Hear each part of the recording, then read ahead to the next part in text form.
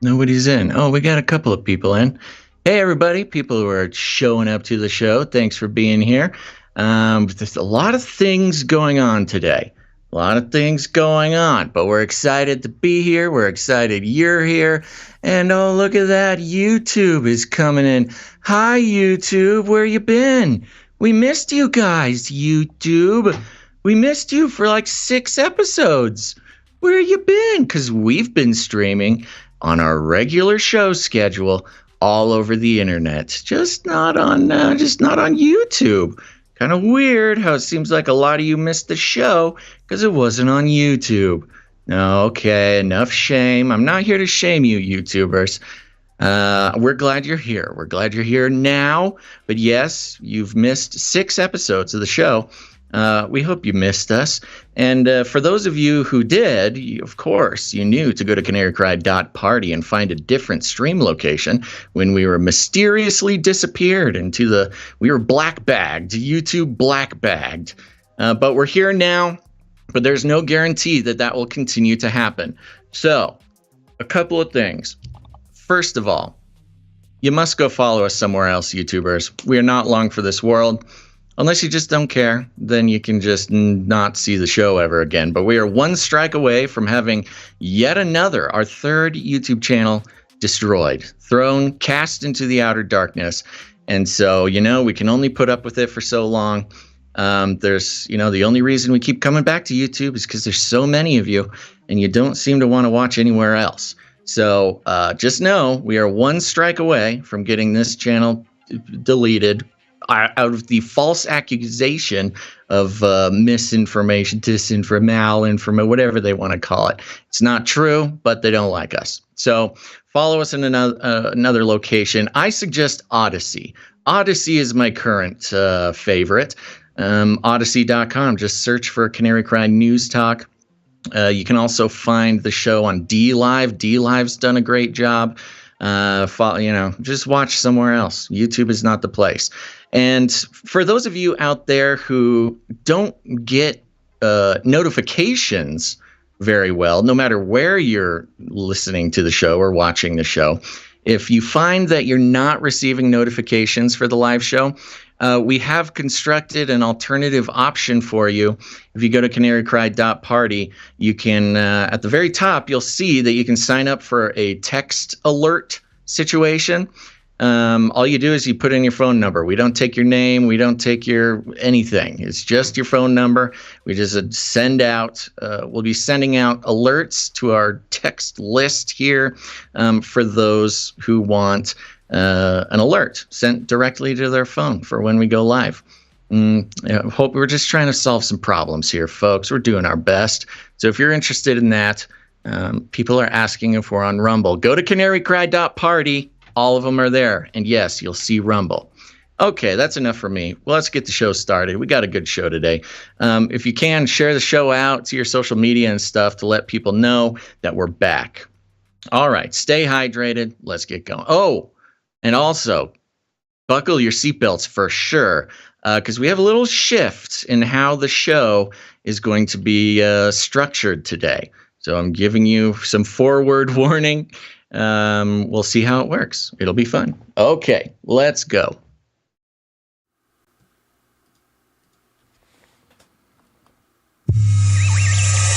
The world is getting crazier. People are acting more and more insane. The end of the world is tomorrow. Tomorrow. There's only one thing to do when the world is falling apart.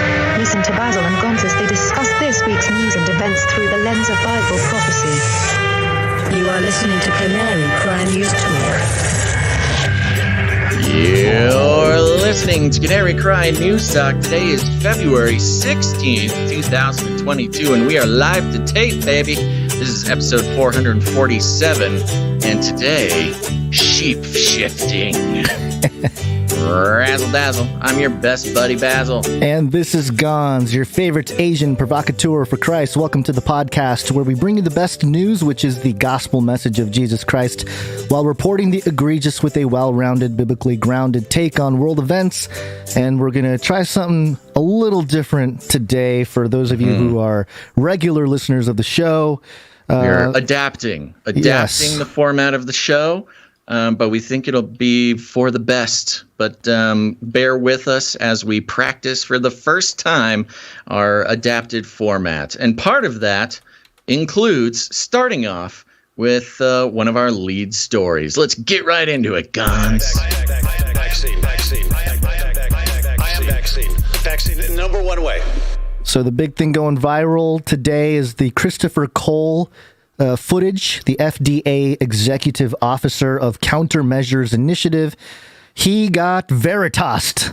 Uh-oh. I feel like that's a term that we can just start using now. It is now. We may be coining it as we speak, but it's kind of funny because it's like, you got truthed. Right. You got punked. No, now you got Veritased. You got Veritased, bro. Get an annual shot. I mean, it hasn't been formally announced yet, so you don't want to rile everyone up. The drug companies, the food companies, the vaccine companies, they pay us hundreds of millions of dollars a year to hire and keep the reviewers to approve their products. If they can get every person required at an annual vaccine, that is a recurring return of money going into their company. So how do you know it's already getting approved? Well, they're not going to, just from everything I've heard, they're not going to not approve it. Meet Christopher Cole, an executive officer at the FDA with over 20 years' experience who claims to be directly involved in the approval process of the various COVID vaccines. I think what's going to happen is it's going to be a gradual thing. School's going to mandate it. Why do they need the third one? For kids. The same reason that you or I would need the third one. So the 3 will bolster your system.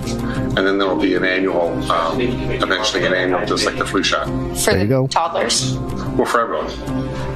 Okay, so the toddlers too then. We'll have to get it annually. Okay. I don't completely agree with the process. What do you mean you don't agree with the process? Well, I mean, they don't have all the tests aren't there. No. So I agree with the thing that it is important to inoculate them. Toddlers. But you can't provide the parent as much a surety as you normally want to. It's an EUA for all age groups, all designations, and then you have to get approved by specific age groups based on the study. Do you think it's really an emergency for the toddlers? Well, they're all approved under an emergency. The efficacy data doesn't have to be as high. Aha, there you go, another one. The standard is on emergency use authorizations is that it does more benefit than harm. More benefit than harm. Weren't that high for 6 month to 4-year-olds? They're not, but because it's related to COVID, it's under that approval process. There you go. Wow. There's a lot. Straight from the horse's mouth, huh? A lot there. Yeah. So who is this guy? He's Christopher Cole, FDA Executive Officer of Countermeasures Initiative. And he said a lot in there. He's an executive at the FDA.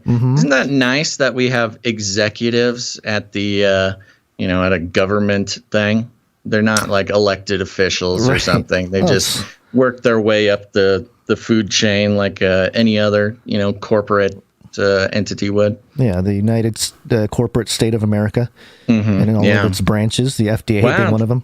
So he's saying, right, I mean, again, this is not misinformation. This is straight from the mouth of an executive at the FDA. He says the tests aren't there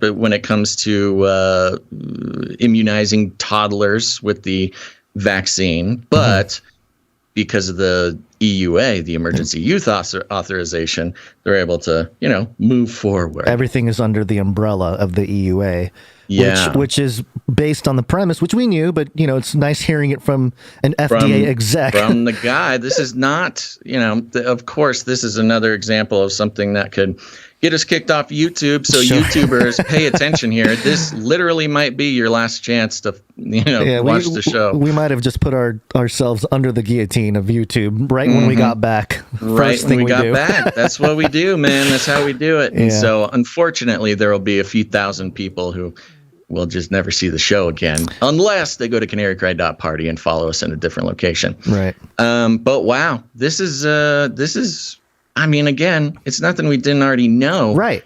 But to just hear it from the guy's face is a very special experience. He says the drug companies, food companies, vaccine companies, they all give the FDA, did you say money?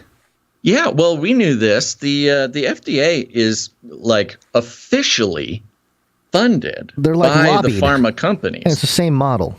Yeah, it's not, they don't even really try to hide it. It's officially a huge portion of their funding. You don't call it, profits or earnings or anything, but a huge portion of their funding doesn't come from the government. It comes from the companies that they're supposed to be regulating. And then they hire, cool. And then the FDA uses that money to hire and keep, this is part of his quote, hire and keep the reviewers to approve their products. How is that not a conflict of interest? I don't understand how that's. I understand that's public and it's just how it's done. But in terms of wider public knowledge, open and honest corruption. Yeah, well, and again, at least they're honest about the corruption. See, and that's the thing. They can kind of say like, "Oh, it's not corruption because it's legal." Legal, right? When the just because the government says it's okay for big pharma companies to pay the government to give them special treatment and be involved in forcing people to take vaccines or whatever, or coercing them or encouraging them or whatever language you want to use, right? Doesn't mean that it's not wrong. It's crazy. Yeah. Talking about the plan to make it like the flu vaccine, that was considered. That's the thing. This is to the greater point of the censorship going on and everything else. And I know Joe Rogan mentioned it, but we're experiencing it firsthand here, which is that we would say something like, "Hey, they're going to try to make this like the flu vaccine and make it an annual thing, and then we'll all conspiracy, medical misinformation," and then we have the FDA executive saying the exact same thing. You know? So, I'm just putting it out there now. If we get a strike for this, I'm finished. No, I'm not. That's what they want me to say. They don't lay down now. If you give us a strike for this, YouTube, we will keep coming back, sprouting up with 2 new channels every time you cut us down. We're like the Medusa of the YouTube. I don't know, whatever. No. Yeah, exactly. The Hydra. The Hydra. There you go. Thank you. The CanaryCry Hydra. Sort of mixing some ideologies and metaphors there. Yeah. But yeah, it's pretty incredible. And when did this drop? I think it was last night or this morning. Last night or this morning. Okay, so it's fresh. We got some freshies. I'm sure there's more in there. The stuff with the kids is interesting too. And I think perhaps the reason why Pfizer pulled back on the whole 5 and under thing with the FDA, and remember that whole thing came out a week ago. Oh yeah, it could be because they got intel that one of your execs got Veritas. You better back off on the kid thing, or it could get really ugly. So that is interesting. Yeah, because he talks a lot about kids in this little. It's not the whole thing. This is just clipped.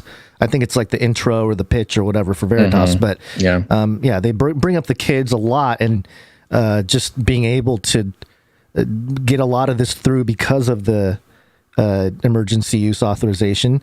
Yeah, and we were talking about last week too when they did not receive the emergency use authorization for the youths, for the toddlers and things. Right. They actually pulled their request. It wasn't that they didn't get it. Yeah. They pulled their request, and we were talking about how it's probably because there's a lot of heat on the fact that the FDA isn't releasing the data from their studies, and that there's all these legal problems surrounding it, and people are calling them out. Just a lot of heat on how exactly the data was collected and presented to get the emergency use authorization. It's hard to say. It's always I hear people say youth all the time. Emergency youth operation.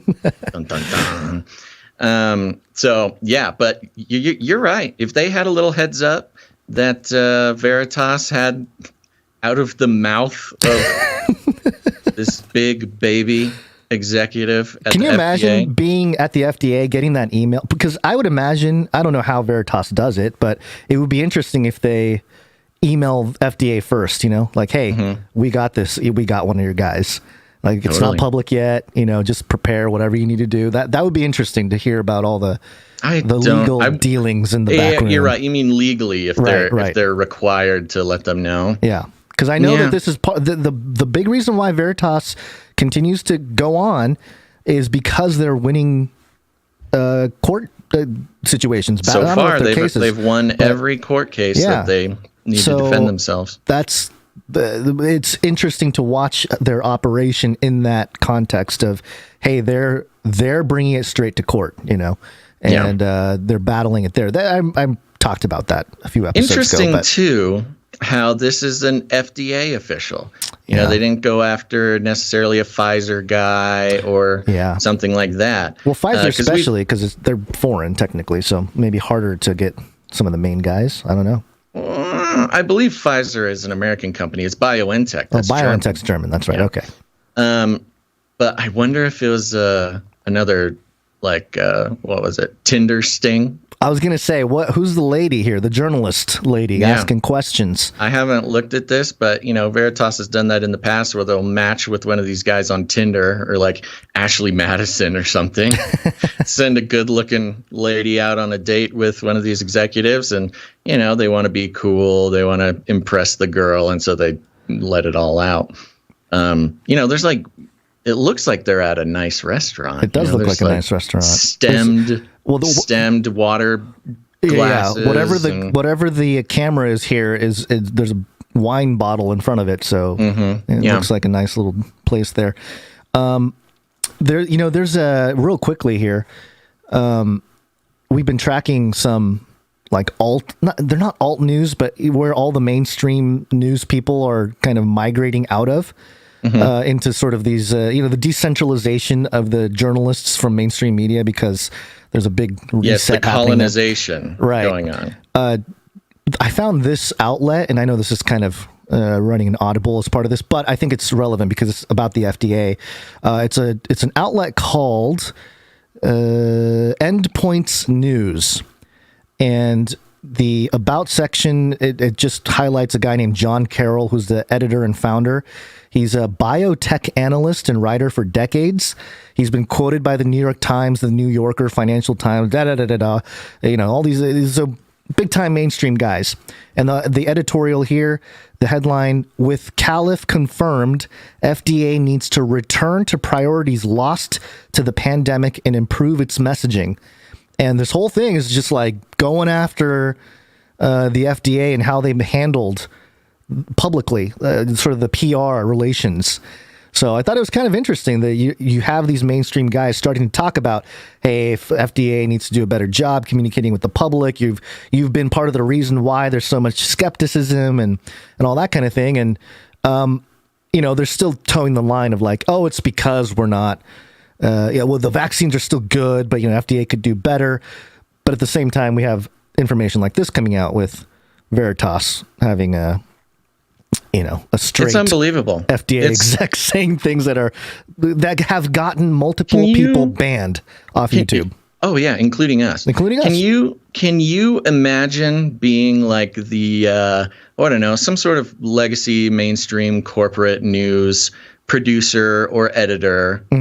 You're doing a story. All the Veritas guys came out. Okay, we need to spin this. These Veritas guys, this is malinformation. So, under the new DHS bulletin, these guys are technically terrorists. So we need to put together a little a news package, so we can spin it. We got to put a little news package together, put it out on the wire, and then you got the editor and the producer sitting there in the editing room, and they're like, okay, all right, let's do this. It's got to air at 5 tonight. We better just cram through this. And they're sitting there watching the footage of the FDA executive talking about how corrupt it is. And they're just like, they're good liberals. They're good. They're not ruffling any feathers. They are triple vaxxed, and they feel like they're doing the world a service by getting the truth out there, fighting misinformation. And they're sitting there in the editing booth watching this guy, this FDA executive, just totally blow the lid off the whole thing. And they're like, okay. Which angle are we going? Which angle? No, they have to, with especially with the new DHS thing. I think there's a crisis going on with these, low-level media editors who are having to execute the spin of the lizard people while, just living in a tornado of cognitive dissonance. Yeah. It's enough to drive somebody crazy. Oh, I'm sure. There are people freaking out in the edit room. But yeah, we'll see what comes of it. It would be interesting that you're right. The DHS and all of their new things there. We'll talk about it later. But according to their own sort of standards, you can consider Christopher Cole, FDA Executive Officer of Countermeasures Initiative, as a terrorist. Well, malinformation terrorist. No, he's not. That's not terrorist activity. Oh. The terrorist activity, and we'll break it down again, is the person who does not present it in the government's context. Oh, right. Okay. So that would be Veritas themselves putting themselves at risk. Sure. Yeah. But anyways, great find. And yeah, excellent way to start the show there, Gonz. Yep. Hope people enjoyed the hard hitting stuff at the top of the show. There you go. So this is part of one of the changes that we're going to be implementing here. We kind of recognize that, we've gotten comfortable. We've gotten comfortable with the format, and we start out every show with sort of a meandering, sort of slosh of nonsense, which is fun for us and it's fun for the longtime listeners, but it's not the most accessible to new listeners. You know? So we want to make sure that make sure that the new listeners know what we're about by hitting some of the hard stuff at the top. And then, we can meander and slosh around later in the show. Okay. And speaking of which, today is Wednesday, Gonz. And this is going to trigger some people too. It is Wednesday, my dudes. No! Well, I had it ready. Don't step on it. We talked about this. Do you have Stop. Okay. Stop. Okay. Get used to it, new listeners. It is Wednesday, my dude. Hey guys, know what day it is? It's Wednesday. It's time for the CanaryCry News Talk. Yeehaw! Yeehaw! Oh, I see. You had a little surprise for us. I did. I wanted to extend an olive branch. Well, to our yeah. You know what happens when you try to please everybody, Gonz? Yeah, we end up pleasing nobody. Exactly. So that's right. If you're new to the show, don't worry. You'll learn all about it. We have a new Wednesday jingle we're checking out, but don't worry, all you old Wednesday jingle lovers. You'll get yours later on as well. Yep. I like it though. It's fun. It's got sort of a folksy hero feel. Of course, laying into some Americana, which we love around here. And, it'll be an ongoing conversation within the community. Right. But we take no sides, and we will just see whichever jingle is the victor. We just lost Learbag, one of our longtime audio producers is jumping ship. He's unsubbed. Unsubbed. No. Don't freak out, everybody. Don't worry. We have a plan. So there you go. We're going to get back into some more stories here in a second. But we are also experimenting with the idea of thanking the associate and executive do it the other way. Executive and associate executive producers. Yeah. Up at the top of the show because they deserve it. And, kind of stretching that out a little bit. We realized that the breaks, we didn't realize anything. We're letting you know that we have completely lost control of the length of the show. We had been trying to do a shorter show out of necessity, not for no reason, out of life necessity for this entire year. Every single show we're taking steps to try to get the length under control, and we cannot do it. So that's part of the reason why we have revamped the format and moved some things around. And we hope you guys like it. We think it's going to be good. Keep it fresh. Keep it fresh. Mix it up a little bit, and hopefully gained some control over our lives, Gonz. My goodness. Yeah, I know. So, do you have any roller skating updates or anything like that for today? No, not today. Okay. What do you got? You got any real quick, personal notes before we get into it? Yeah, so my little dog, Cody. Cody? Yeah. You mean Coda-geddon the World Eater? Yes. He, World Eater he is. He got into the Desitin. Do you know what Desitin is? No, it sounds bad though. Okay, well, hope maybe people in the chat know what Desitin is, but he got into it, he chewed it up. I don't know how much he ingested, but then we gave him dinner right after, and then just like I don't understand how a dog that small had that much vomit coming out. Oh no, Cody. Yeah, he's okay. He's fine this morning. Cody, you're supposed to eat worlds, not ointments.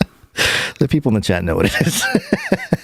When you have a baby, you know. Oh, is it like hemorrhoid cream or something? No, not quite that much. But it's like the baby. It's a diaper, baby like a diaper rash. Cream. Yeah. Okay. Yeah. So I was changing the baby. I did notice I was changing the baby's diaper and I noticed it disappear and I was like, what? Where did it go? Whatever. The tube. Yeah, the tube of Desitin. Not the baby. The baby did disappear. And then like 10 minutes later, I'm like, oh no. No, I found him. He looked like he was under a lot of stress, like a drug addict with white cream all over his face. Poor Cody. My anyway, he's fine. He's good. He's all happy this morning, so he's good to go. But there you go. That's a little personal note. Please pray for my dog. I actually, we will pray for the dog. I actually do have a quick personal thing for the top of the show. Okay. This was actually an email sent in by a listener. Let's call them Monument. I'm going to call them Monument. The Monument sent in an email with the subject line, Swole Basil. Ooh. So, of course, I had to open this email up, put it right at the top of the priority list. And it goes like this. Hey, guys, this is a question for Basil. After a long time thinking I should get back to the gym, Basil has finally pushed me over the edge. Ooh. Like Basil, I have a fair amount of Viking heritage. Brother. You found your kind. My brother. It is time. Yeah. So I was wondering what tips he had as far as types of workouts, what to eat, etc. for a Norse brother. Yeah, what's the Norse diet? Is it like fish? Well, hold on. I'm 6'3" and 200 pounds, so I'm not trying to cut too much weight. Brag. I more just want to look like. I more just want to not look like a torso with noodles, where my limbs should be. Thanks, guys. Well, thank you very much, Monument, for this email. And yeah, we have similar body types. It sounds like. And yes, I'm happy. I'm happy to just toss you some quick advice to get started. And this applies to all my Viking brothers and sisters out there. Yes, I said sisters. Strongest women in the world, baby. Just focus on weights, man. Just don't worry about cardio. That's how your ancestors did it. They didn't have any computers. Nothing. Monitoring the heart. Get an app. There's all sorts of weightlifting apps. You can get an app that'll just put together, you tell them what kind of equipment you have. And that's the other thing. You got to get some equipment. I mean, for me, going to the gym is not an option. It just is a big obstacle and I can't do it. Get some of your own equipment. Dumbbells are fine. Focus on just lifting heavy and few, lower reps, heavy, lower reps, and just do it 3-4 times a week. That's the way to start out. You'll be very happy with it. Excellent. And, of course, take your protein, take your creatine, Basil's Baby Gains, and stuff like that. You know who doesn't need any kind of weights? The strength is built in. Who could you possibly be referring to? Flippy update. Do you want fries with that? That's right. It's time for the Flippy update, folks. Flippy is our colloquial name for the disembodied robot arms that are taking our jobs, enslaving our children, and flirting with our spouses. We use talking about Flippy as a way to explore all the new, fun, and exciting ways that robots are taking over the world, and just how there's nothing we can do about it. Today, we are taking our Flippy update from a very relevant source, and we're checking back in with Flippy proper at restaurantbusinessonline.com. And the headline is White Castle to put Flippy robots in 100 more restaurants. They're multiplying. They're expanding. I know, the army of Flippies. And this is official Flippy. This is actual Miso Robotics Flippy. Yep. White Castle is bringing kitchen robots to 100 additional restaurants. The 350-unit burger chain is doubling down on Miso Robotics' Flippy machines after more than a year of tests yielded better operations and staff productivity. It could be the largest adoption of such technology by a U.S. restaurant chain. Wow. Boom. Record-breaking moment for Flippy and the robot apocalypse. Quote, our partnership with Miso continues to lead the way on what's next for back-of-house restaurant operations, looking to empower team members with technology to better satisfy customers, said White Castle COO Jeff Carper in a statement. Then he talks a little bit about Flippy, but I think this is good. Maybe if there's new people, they'll get the background on the Flippy update. Flippy is a robotic arm mounted on a rail and powered by AI software. White Castle will be using the second generation model known as Flippy 2, Flippy 2, to work the fry station. The bot will fill fry baskets, cook the food, and dump it off to be packaged and handed to the customer by human workers. Keep those robots in the back. The system takes some less desirable work off of employees' plates and allows them to focus on other things, particularly helping customers, White Castle said. It also improves food consistency. The rollout will happen region by region over the coming months and years, kind of like how an invasion might happen. Very slow invasion. Yes, it's a slow, methodical invasion of these disembodied robot arms. Oh, I bet like some kind of graphic that shows the distribution and adoption of smartphones would be very fascinating, like a timeline type of thing, you know? What does the smartphones have to do with Flippy? Just as a pattern, like technological adoption. Right. Yeah. I was thinking more. I just finished last night the series Man in the High Castle. Yeah. And they have, lots of shots of like the Nazis planning how they're, going to take over America. Right. And so when I was reading this, I just imagined like a map laid out with, models of like, Flippy arms being pushed around with a stick. By a man with a right. Big old map. Yeah. Okay. I see that. Yeah. White Castle became the first big restaurant chain to embrace Miso's robot when it began testing in a single restaurant in September 2020. I'm going to skip all this. The latest expansion comes as restaurants are looking to automate more tasks.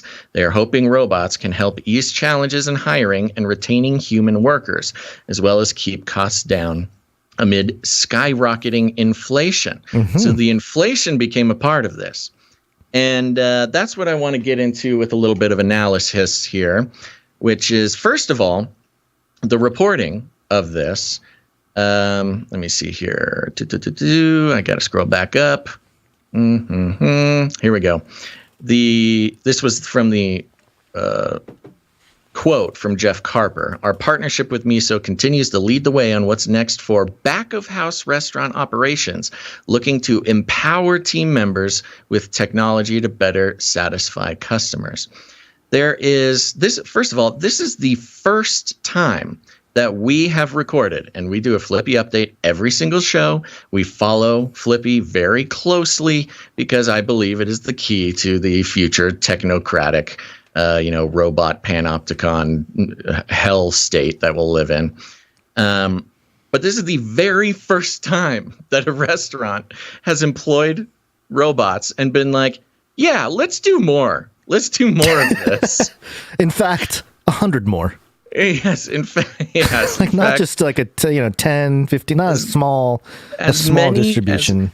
And that's 100 additional restaurants. Yeah. That's not 100 robots. Maybe 4 per restaurant. There's at least one and as many as, 2 to 4 in each restaurant. So this is a huge invasion of these Flippy machines. And again, it's all done in the name of making life easier for human employees, which we've always kind of scoffed at. You know, of course, there's the aspect where, you know, okay, humans, don't worry, we won't fire you for the robot. This is to make your life easier. But in this case, I kind of it's a new world for Flippy because of the new power that workers are sort of being able to wield as far as, you know, demanding better pay, demanding better work situation because of the job, you know, influx and inflation, and coming off of the pandemic where people realize, oh, I don't have to be trapped behind, you know, a fryer my whole life to live. I can figure out other ways to work and enjoy myself. I believe these robots, or there will at least be a shift in the marketing of it being more about like, hey, come work here. Okay, we'll give you $15, but don't please stick around. You don't need to leave. Like, the robot will do most of the work. Gen Z and millennials. You're saying it's almost tailor-made for a generation that's really kind of, I wouldn't say lazy is a little harsh, but just a little different. It's an employee benefit. Yeah. Okay, the robots are an employee benefit, because if you're in the class or the age or the work experience, you know, category where, you know, you got to get a job and learn how to work and, you know, learn responsibility and do the whole thing, and you don't really have any skills besides. It's not really a career path yet. You're just it's not your choice. It's your summer job. Is what I'm saying. Right. What restaurant are you going to work at? McDonald's, where you have to fry the fries yourself and cook the things and blah blah blah, and get splashed by hot grease and all this nonsense? Or do you want to work at the restaurant that the robots do most of the work? No, you just got to hand the bag from the robot to the human. Come on down. I think this is a employee retention strategy more than anything. Yeah, that's possible. Now, I still think the robots are going to take over and we're all going to be, you know, left in our metaverse pod while sort of nannied by robots. Still possibility. But in the meantime, you know, when restaurants and small businesses and large businesses are having a hard time hiring people and retaining employees, I believe Flippy will be framed as an employee benefit. And the benefit is you don't have to work very hard. And you get the same pay. You get the same pay. Yeah, exactly. Yeah, you'll get the same pay as everybody else, but you just got to do less work. I mean, if I was a, you know, Gen Z 18-year-old just trying to make a buck to save up for college or something, this is what I would do. I would work with the robots. Well, the convenience factor and the whole Wall-E future that we're sort of creating here, the robot arm is, and especially Flippy, could be a very big part of it. You brought up McDonald's. We have a story later on that we'll touch on again at the end of the show for the metaverse. McDonald's is building a metaverse where you can walk into the metaverse, order food, and then they'll deliver the food to your house. Yep. But the next step beyond that is, McDonald's will deliver the food to your house, and then your Flippy will put the burger in your mouth. You know what I mean? Like, nothing you do is, you don't even have to walk to the door anymore. You can just have Flippy do it all. So, what a brave new world. Yeah, wonderful for the gamers, the generation of gamers that we are breeding, apparently. Training. All right. Let's keep moving. Okay. Well, real quickly here, we got something to tell you. And it's to go to CanaryCry.Party. Find the live stream, email list, street team posters, other Canarians, and all the ways to produce the show and join the Canary Cry family.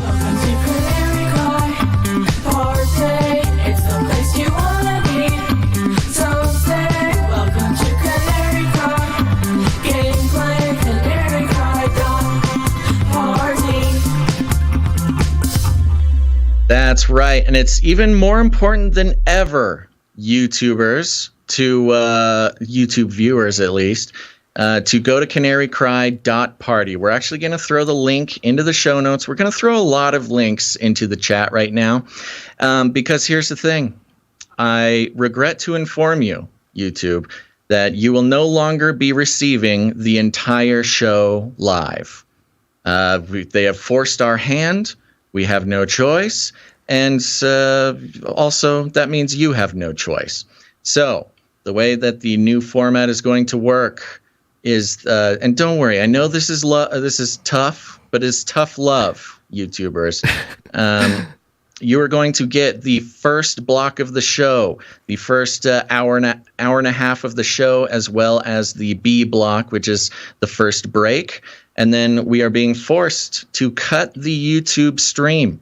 And if you want to continue watching the live show for the rest of the 2 hours of the show, where we'll be covering things like, the pandemic news and the trucker news and the metaverse and the Nephilim update and everything else, you will need to follow us and watch in a different location. So we'll be dumping links into the chat for you to follow to catch the rest of the show. But this is the way it has to be. I'm sorry, but this is the world we live in now. So we're going to continue with the show. You still got about an hour or more of the show to go, but be prepared to switch over to another outlet if you'd like to watch the rest of the show. Okay, Gonz, let's talk about politics. Poly. It's Latin for many. Tick. They'll suck your blood. They'll suck Politics. your blood. We are in deep fake. All right, this is Yahoo.com. Deep fake democracy. South Korean candidate goes viral for votes. Ooh. Yeah. What other news outlet is bringing you the South Korean political turmoil? It says here, in a crowded campaign office in Seoul, young, trendy staffers are using deep fake technology to try to achieve the near impossible. Make a middle-aged establishment South Korean presidential candidate cool.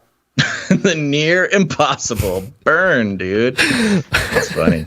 Armed with hours of specially recorded footage of opposition People Power Party candidate Yoon Suk-yeol, the team has created a digital avatar of the frontrunner and set AI Yoon loose on the campaign trail ahead of a March 9th election.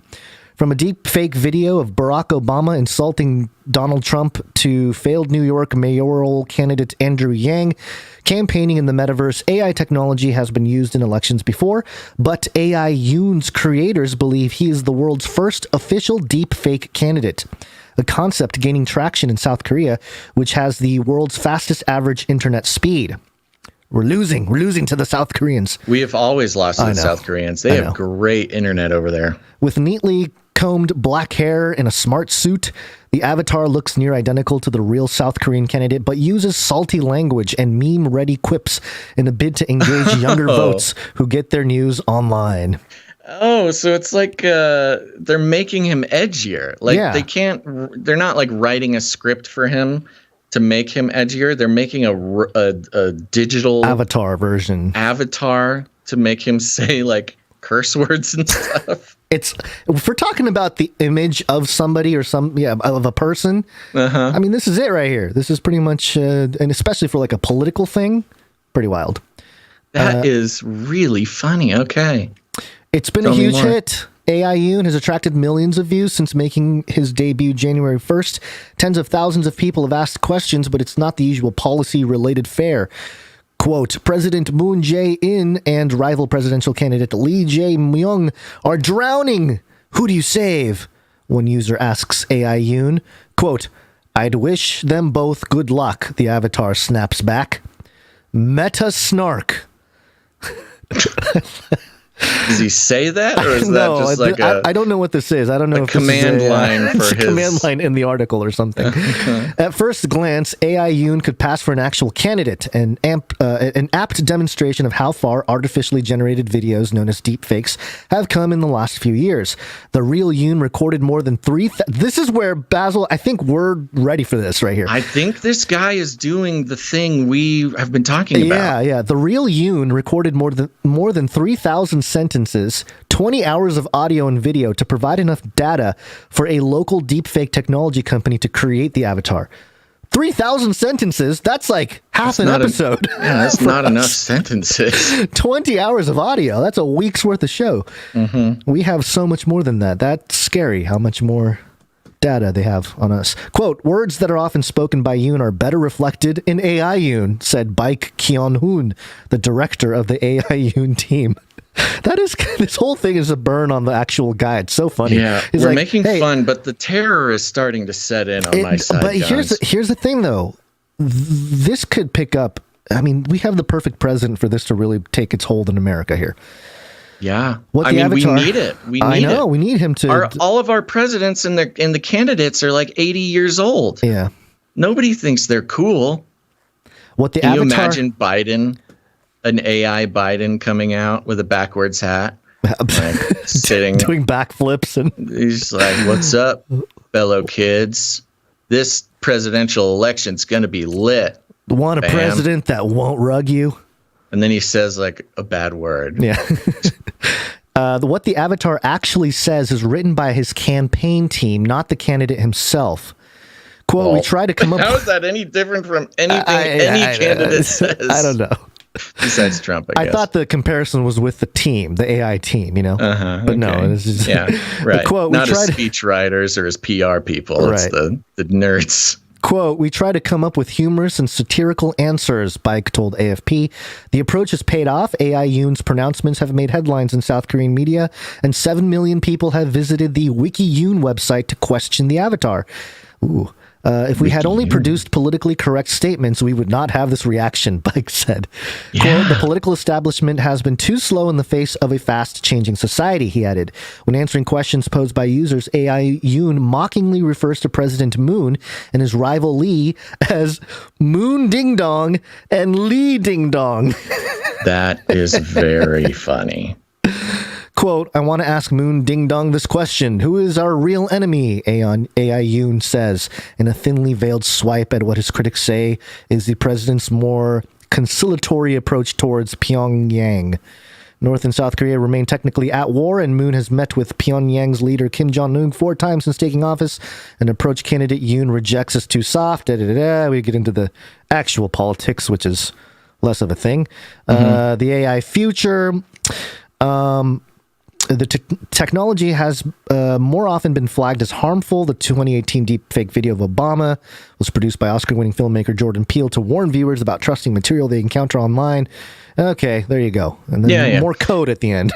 This is very, very, again, like I was saying, Gonz, the terror is starting to set in about this. I mean, this is a turning point where it's... we talk about politicians being fake. They're fake because they'll say whatever they need to say to get elected and then not follow through on anything. Then they're fake because they'll say whatever a PR person tells them to say, or maybe a political advisor. Again, just whatever to get elected. It's all based around being elected. And now it's literally, they don't even have to say it. A programmer will conjure from the abyss an image of them saying whatever algorithmic perfection it takes to gain the support.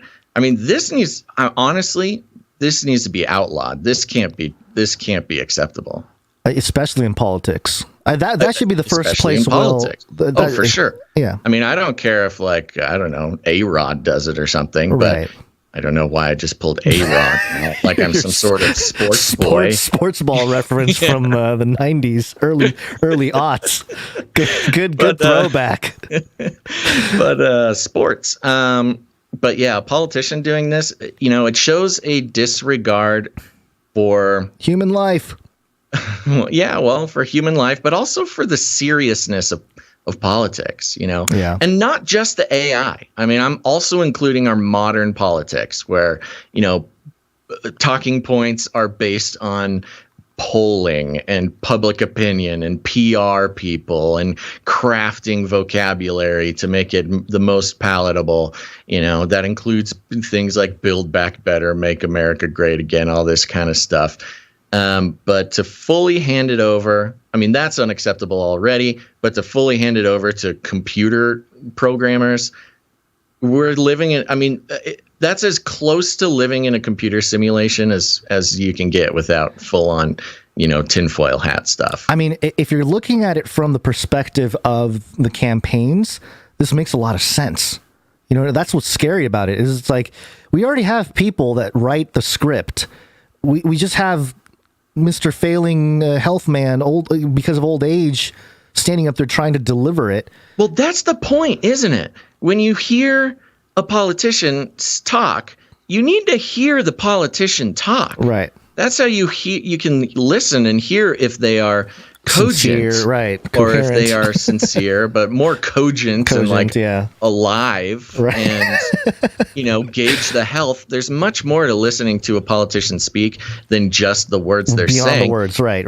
Yeah, but this, I mean, once they have this sort of setup for Biden, which I guarantee they are already working on. Oh, I'm sure. Yeah, and not just Biden, but just generally. Can you imagine the prototype meeting? You walk in. Is this Biden appropriate? And so he walks in and yells at him. Sure. Well, he's not good enough. The scary part about it is, there's a lot of talk about the 25th Amendment. And, did you hear how Trump is slurring his words? 25th Amendment, replace him. He's sick. Or same with Biden. Oh, he's, he doesn't see him all there. You're hearing him make his speech, a little lackluster. Give me a break. But this is very much creating a world where a president could be incapacitated, and yet his deepfake is out presenting. Yeah. And the people would never even know that the president is incapacitated or sleeping or sick or whatever. And it would provide the quote unquote a sense of credibility if there's interaction happening in other places. For example, the metaverse, a virtual thing where you can have a president who's not there, but the avatar does all the work. And if you're in the metaverse, it feels like you're there. Hey, we went to the rally. Really? Yeah, we saw President Biden AI speak. Oh, yeah, sure. And so that's all part of it.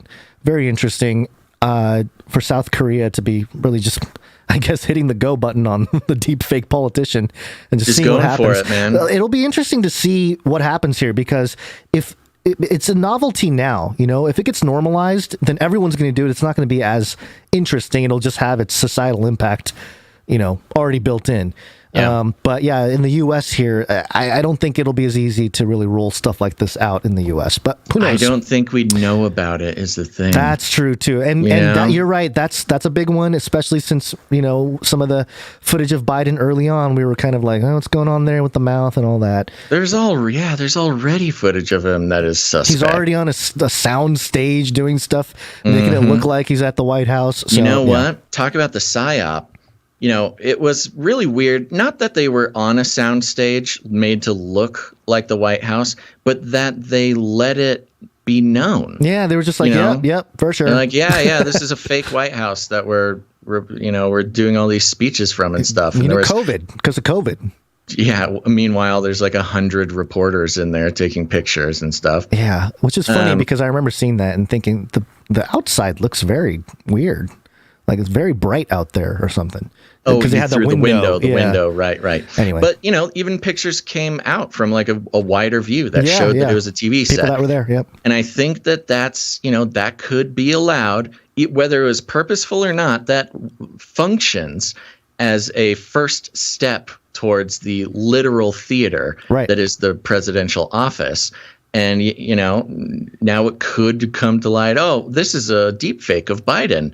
Well, that's weird. Yeah, but we've been doing like TV sets and fake stuff forever. This is just like the next technological step in like the fun fake stuff we do. Blogs, live stream. This is not okay. AI avatars. We're there. We're right on the edge. All right. Well, anything else on that? Nope. Okay. I want to do a rundown because we touched on it the other episode the other day. And I just want to do it again. I'll start off by, saying I was listening to Brett Weinstein on the Dark Horse podcast. And, it's always fun, Gonz. I keep up with a lot of the podcasts that people use for news and stuff because I want to know what everybody's talking about. I want to know what the convo is. I want to know, find different takes and be reminded of things. And so I was listening to Brett, and I will say, like 4 days after we did it. So sorry, beat you to it, Brett. But he was talking about the recent DHS threat terror bulletin that came out and that we covered on the Homeland Security website. The bulletin came out, a summary of terrorism threat to the U.S. homeland. One of the more interesting things about it was this new term, malinformation. They coined this new term where, I'll just read through it real quick. Misinformation is just like incorrect. Unintended, like errors. Unintended, wrong information. Disinformation is just lies in order to whatever cause a show or cause a problem. Right. Subterfuge of some kind. Malinformation was true facts presented, but out of context. And what is that context? That context is determined by the government. So, what is context? Well, in one sense, it's reality. Like if you state a fact, the context is the reality in which that fact applies. So, you have the government deciding context of true facts, meaning the government wants to define reality around facts. And the whole bulletin was about how people who spread malinformation, which is true facts that may not fit with the government narrative, are considered terror threats. Says right here, the proliferation of false or misleading narratives which sow discord or undermine public trust in the U.S. institutions, specifically malinformation, true facts that sow discord or make people not trust the government. Terrifying, okay, that this is what they're calling terrorism. But okay, moving on. Now, there is a connection here, which is, man, this was long ago. The Obama midnight signing of the NDAA on December 31st, 2011. Now, this was a long time ago, and a lot of people had forgotten about it. We even forgot about it. But in fact, this signing that Obama did, he flew to Hawaii to sign this NDAA, which is something that is signed every single year. It's sort of like a trade agreement that's renewed every single year. The National Defense Authorization Act. Right. And he flew to Hawaii to sign it at right before midnight, December 31st, 2011, which is pretty suspicious, Gonz. Pretty suspicious. Pretty suspicious. Pretty In fact, suspicious.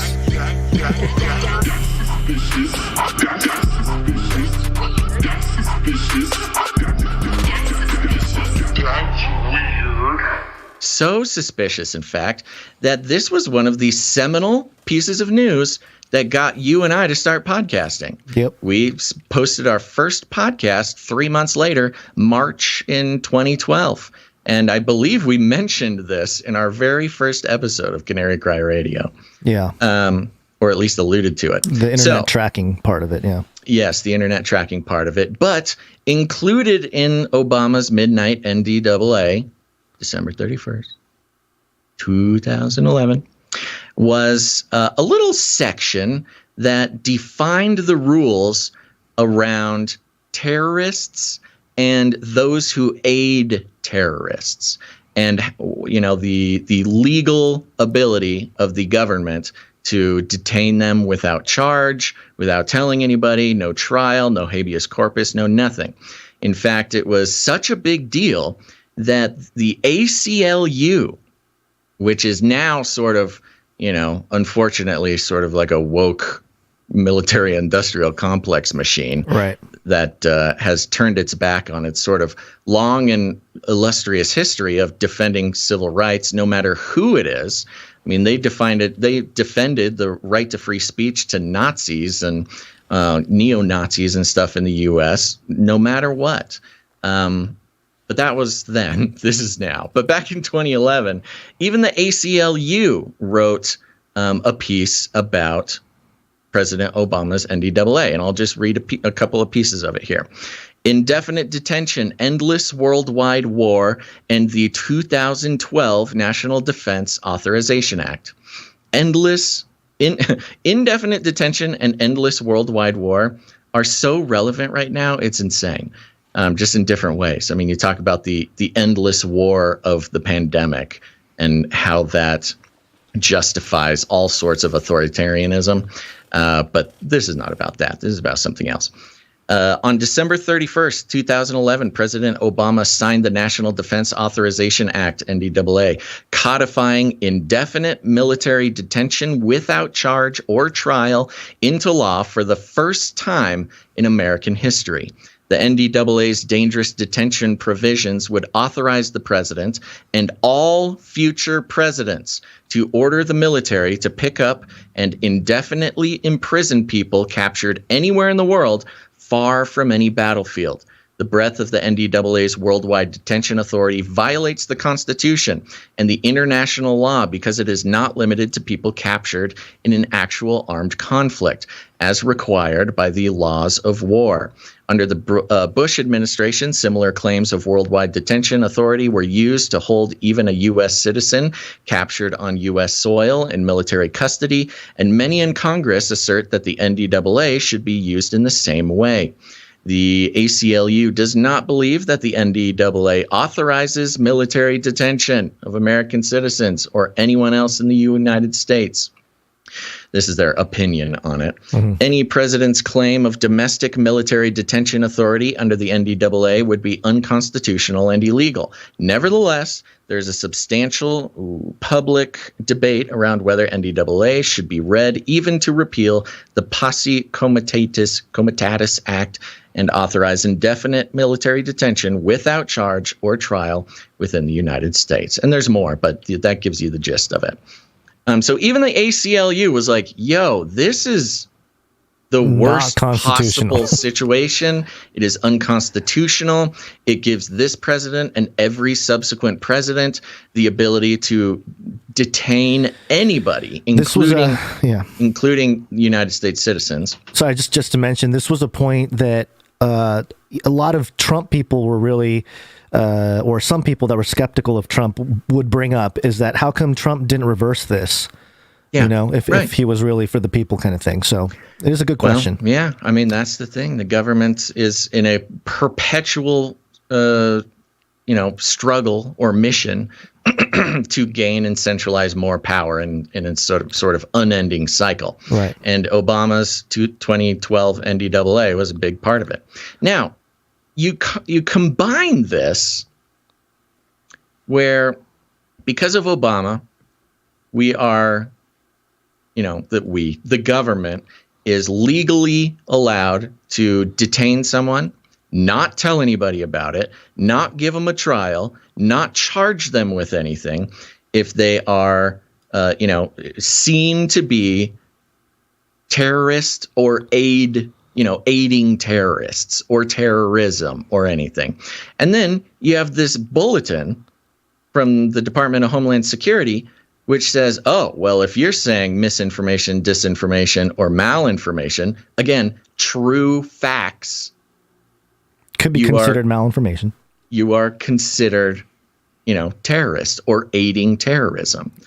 And so, this is really concerning to us, in particular, Gonzo. I know, because it is right on from now scope. From now until June 7th, when this bulletin is set to expire. Yeah, why? Weird. Okay. Right before the midterms is why. From now until June 7th, I don't think it is that crazy. Now, it's a little crazy. Okay, I'll admit it's a little crazy. Basil admitting to his crazy. It's a little tinfoil hatty that somebody would actually do this. Yeah. But it is legal. It is currently legal for the government to black bag and disappear podcasters with no trial, no reason, no nothing, no telling anybody. Just saying, man. I'm not saying they're going to. I'm not saying they have plans to. But I sure hope they don't. Yeah. But according to these two documents, it is currently legal for the government to come in black bag podcasters for saying true facts, malinformation, true facts outside of the government narrative. And so we need to set up some sort of dead man switch where I know one of us disappears, the word goes out, and people can start, looking for us, filing some FOIA requests. Oh, great. So I just thought that was very interesting. And again, it's not, a lot of it. Another great point that Brett made was, a lot of what we look at and a lot of the details of the moves that the governments are making right now, they may not be actively full-on authoritarian tyranny. Especially tyranny and how we picture it, right? There are definite aspects of that and moments, which we love to cover, and we'll cover more in this show. But what they're doing more than anything is constructing it around us as we speak. Yeah, the infrastructure. There's something called turnkey tyranny, which is they build the structure, the infrastructure, the legal infrastructure, the technical infrastructure, the resources needed for an absolute tyranny to take place, authoritarian tyranny. And they may not exercise it right now. They may not, black bag us tomorrow, Gonz. But what they're doing is building a turnkey tyranny, which means it exists, it's built, and all it takes is to turn the key. And then, boom, we're there. Yeah.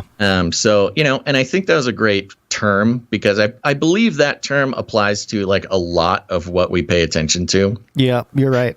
Where it's like the foundation is there, the legality is there. They could do it. Not that they're doing it necessarily, but all it takes is one turn of the key and they could legally do horrible things.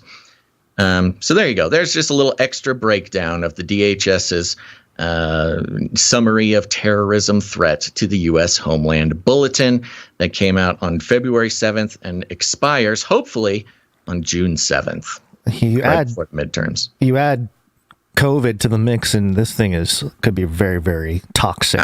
Absolutely. I mean, that's what I mean, from man. all kinds of angles. And especially with what's going on with the truckers and the bank accounts and stuff. We'll talk about later on in the show. But yeah, turnkey tyranny. Keep an eye out for it. Interesting. And part of it could be associated with certain stories and things coming out, settlements, if you will. Epstein didn't kill himself. This is coming from the times.co.uk. Prince Andrew's payout to Virginia Giuffre, quote, is worth its weight in gold for Queen. Experts suggest that Duke could pay about 10 million, pounds after pressure from the royal family. Oh, the Queen is pushing for a payout. Yeah. That's weird. It's weird. Suspicious. The Duke of York has settled the sex assault case filed against him in the U.S. after pressure from the Prince of Wales and the royal family. Prince Andrew could pay about 10 million pounds to Virginia Giuffre, his accuser, as part of the out-of-court settlement, legal experts suggested. One said that it would be, quote, worth its weight in gold to the Queen as she celebrates her platinum jubilee. The Duke is said to have faced increasing pressure from the royal family to bring the case to an end after it threatened to overshadow the Queen's Jubilee celebration. Yeah. Prince Charles has been a prominent voice on the issue, a source indicated. It's interesting. It's kind of like, just pay her off. Just pay her off. We need to be in the good light. Yeah, well, doesn't that just fit so well? It does. That's crazy. And it would be funny. Well, not funny. I guess Virginia Giuffre has. She walks home. If she walks home with 10 million pounds, I don't know. Do you stop the campaign? What do? Do you accept the money? Do you not? Well, the fun part is, at least in the court of public opinion, a payoff is justice, an acceptance. No, I'm more of like an acceptance of guilt. True, that too. You know, so. And really, Virginia and those who pay attention to this were not going to let it go. And he was going to have to stand alone in court without the support of the royal family, finally doing something on his own. Unfortunately, that thing is defending himself from the seemingly true allegations that he's a total pedophile and horrible person. Yeah. But yeah, seems like the queen just had enough. It's over with. It's over with. But at the very the accusations and the issues that will the allegations against Prince Andrew, it's not going to stop with Virginia Giuffre, but it is definitely a big payoff, I guess. At least you'll get the big elephant out of the way, quote unquote, out of the way. Yeah. Well, I think the admission of guilt in the public opinion is that's a win in some degree. Yeah. Not that he'll come to any justice. There's no justice happening here. Well, yeah. Okay. Yeah. So, anyway. Makes sense. Mm-hmm. All right. Real quick here. Your favorite friend Next journalist. Got to do a Shillzilla. Oh, no. Shill. A shill for sure. Yay. What did Shillzilla do? Yeah, nothing. He didn't do anything. I just didn't have a better jingle for this story.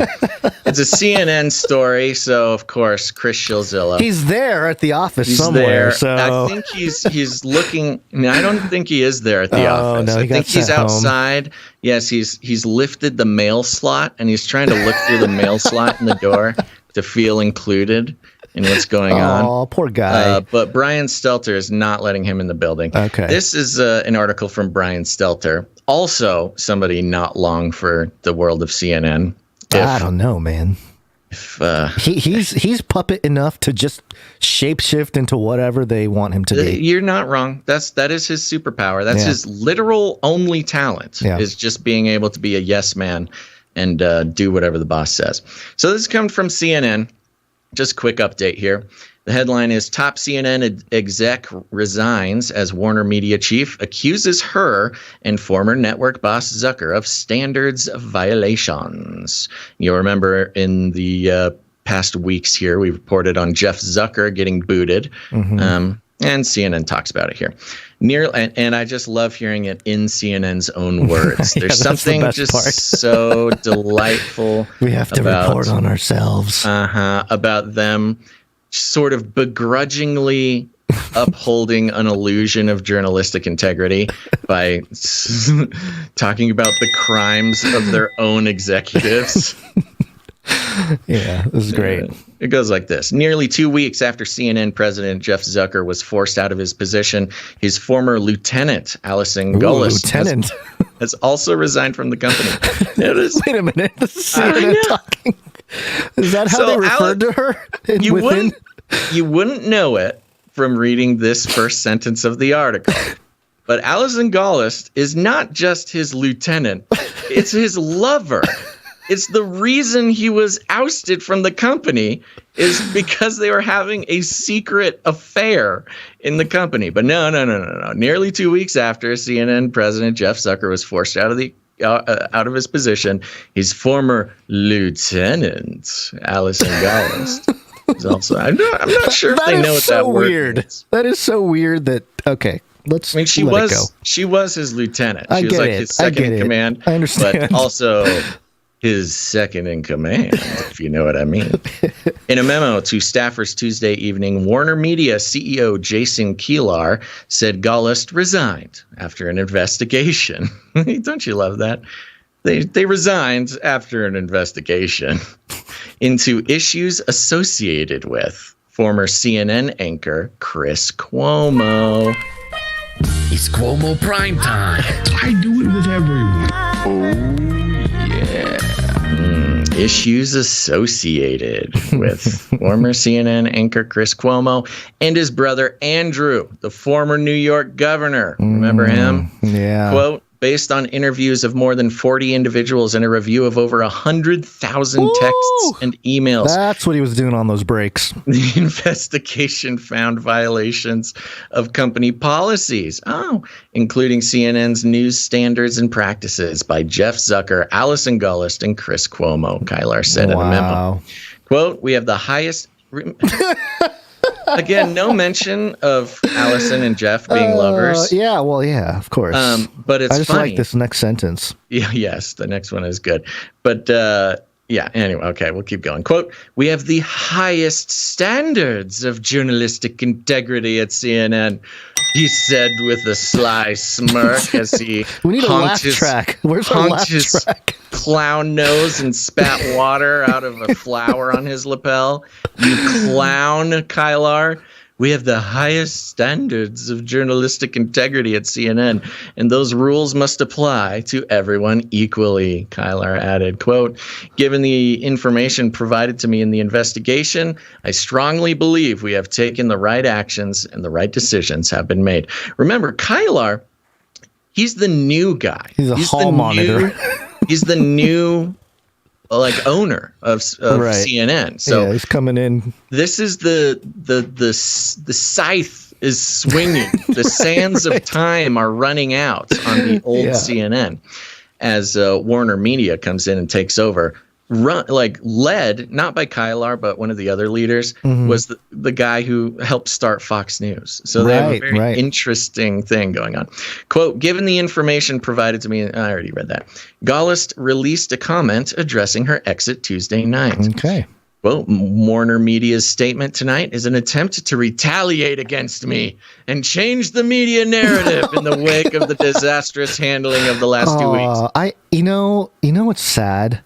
That's probably all she knows is the media narrative. That's a good point. It's almost sad to hear this. Well, and you're right. It is sad because you know what I was expecting? I laughed out loud when I read this. Yeah, of course. Because I was expecting sort of a gracious, right. You were grateful, thankful of the time, blah, blah, blah. So thankful. Yeah. I love CNN and I'm just so come on.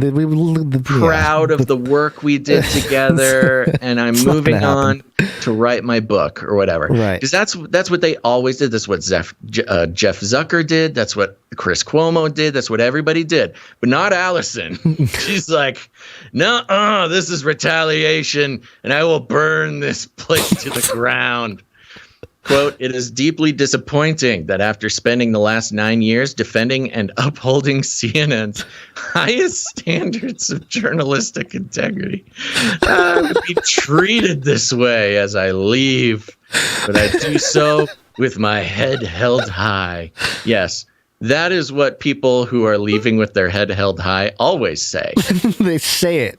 They really want you to make sure that they're the proud ones here, knowing that I gave my heart and soul to working with the finest journalists in the world. The finest journalists in the world. Wow. It's so good. So funny. A representative for Zucker did not immediately comment. Cuomo declined to comment. Full decline. Oh, they even reached out to Cuomo, huh? Yeah, he's like, no, I'm done. Warner Media is girding for a potential lawsuit by Cuomo, who was fired from his 9 p.m. time slot in December amid multiple controversies. As CNN Business first reported on December 5th, CNN retained third-party law. Yada, yada, yada. It goes into a whole thing here. But yes, it gives the details about how Cuomo and Zucker and Alison colluded to help Andrew Cuomo hide the crimes happening in pandemic deaths, protecting his political donors who owned the, it's a whole thing. Right. I mean, they don't say all that in here, but that's the context, if you will. So there you go. We were kind of pontificating whether Alison would be allowed to stick around. But it turned out she was way too involved to be allowed to stay. And, yeah, Warner Media was not going to let it happen. Yeah. But, along the lines of our sort of analysis of what to expect in the future, and the mainstream colonization of independent media, I expect Alison and Jeff and Chris, either together or separately, to get involved with independent media and poison the well of independent media with their mainstream CNN, ideology, not just ideologies, but their complete lack of journalistic standards and accepting of the news industry as a tool of the elites more than anything. Yeah. So keep an eye out. Yep. Well, we did have a great reset story, but we're out of time, buddy. Oh, wow. Yeah. And we're doing it and we're sticking with it. Yeah. Well, look at us. We're hardcore guys. That was a good one too. We'll just be prepared to jump back into it when we have some time. Okay. Okay.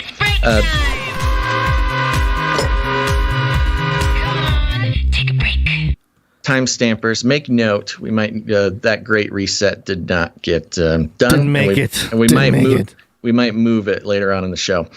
So keep an ear out for that. Okay, well, let's take a real quick break, Gonz, and I do want to remind all the YouTubers, Gonz, maybe you should start posting, dropping some chat links to help out the YouTubers find another outlet. Of course, they should be going to CanaryCry.Party to find an outlet of their choice. They could include Odyssey or Rumble or DLive or Facebook or Twitter or any number of places, Twitch, of course, where they can catch the second half of the show. But for now, we're going to take a second and thank some producers. And I said producers, you heard me right, because we're on the value for value model. You may have noticed, dear listener, we have no advertisements, no affiliate codes, not selling any male enhancement supplements or freedom phones or anything like that. No, we are theoretically, in the eyes of the world, unmonetized, which is a hard thing to be unless you're on the value for value model. And the value for value model is a revolution. And I say that in a funny tone of voice, but it absolutely is. It's a revolution and a rebellion against the current economic structures for independent media in this world. It's easier than ever to get advertisers to advertise on your show, such as this, and, help pay the bills and make a living from it. But when an independent media outlet does bend the knee to the advertisers, not only are you subject to the sort of ideological concept of gaining as much trust and attention from your listeners as possible, and then turning around and selling that to a corporation for your own personal gain, not treating your listeners like human beings with hearts and minds and souls and wishes and dreams and fears, but instead thinking of them something more like cattle, a commodity to be wrapped up and shipped off to a middleman for their own personal gain. And we don't do that here. We believe that is a literal spiritual darkness of this world that has corrupted information. It's corrupted information flow. It's corrupted the way that we think about each other, the way we treat each other, all stemming from advertising. And, think of Google, think of Facebook, think of all the evil wrought by those types of companies. 99% of their profits come from being an advertiser or a middleman between corporate interests and the people. So no corporate interests here. No corporate money, no corporate interests, no nothing. We are entirely funded by our producers who participate in the value for value model, who say, yes, I understand it is my responsibility to decide the value of my independent media rather than letting corporations decide the value for me. And it's a great way to keep the show pure, keep the information free of any boundaries that might be put on us by power structures in this world. And that's why we thank those producers, because that's what they are, producers of the show. Put it on your resume, put it on your LinkedIn. It's a real deal. And Gonz, the sort of slump, the February slump continues, except for a wonderful miracle that came in during the show. Oh. And we had to skip the executive and associate executive block at the top of the show. But I am happy to report that we have an executive producer that came in during the show. Wow. I see that. And I will just introduce them now. Yeah, do it. This is executive producer Caroline F. Thank you, Caroline. Wow. Indeed. Thank you very much, Caroline F. Very, very generous of you. And I looked at the records. You know, Caroline has produced a couple of times and always does so very generously. And so I love this model that Caroline F. has laid out where, you know, you don't have to produce every single episode. You can if you want. We love our returning streak producers. But as long as you are every once in a while putting value back into the show, reflecting the value you get out, the show continues. And Caroline F., we have some more conversation to have, but we'll do that next time. Let's hit Caroline F. with that executive producer. Where'd you find this? Indeed. And Caroline F.'s executive producership came in a nice, flat, round number, which is a signal to us to not read the number. Of course, if you're new to the show, if you want to produce, if you come in as a nice, round, flat number, we do not read the number. If you would like us to or don't mind us reading the number, which we love to do, put a little numerical signal in there. Some people, you know, make the number funky in some way. An easy example of that is to add 33 cents onto the end. But thank you very much, executive producer Caroline F. Really helping this new experience, this new format, and making this a great show. Yeah, thank you so much. Appreciate it. Supply drop. Woo!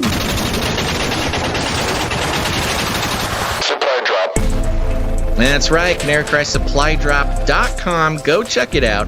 It's a wonderful way to produce the show and get some very special things in return. 4 times a year, once per quarter, our Canary Cry Supply Droppers will receive a big old bundle, a nice package of unique, heartfelt, inside joke, artist designed, producer created pieces of artifacts of Canary Cry News Talk.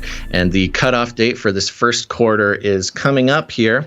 And not wanting to be left behind, our new supply drop producer, William F., comes on in.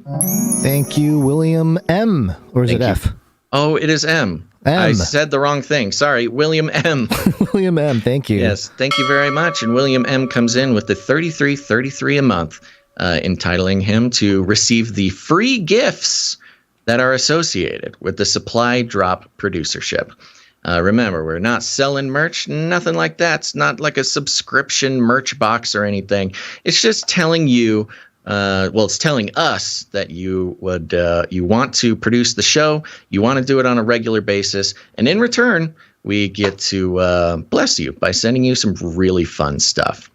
Thank you very much, William F. And that's it for the supply drop producers today. Thank you, William M. You did it again. You called it. Did it again, didn't I? You know what it is we have a different William F. Yeah, we do. Yeah, so we're just used to it. Yeah. All right. Thank you, William M.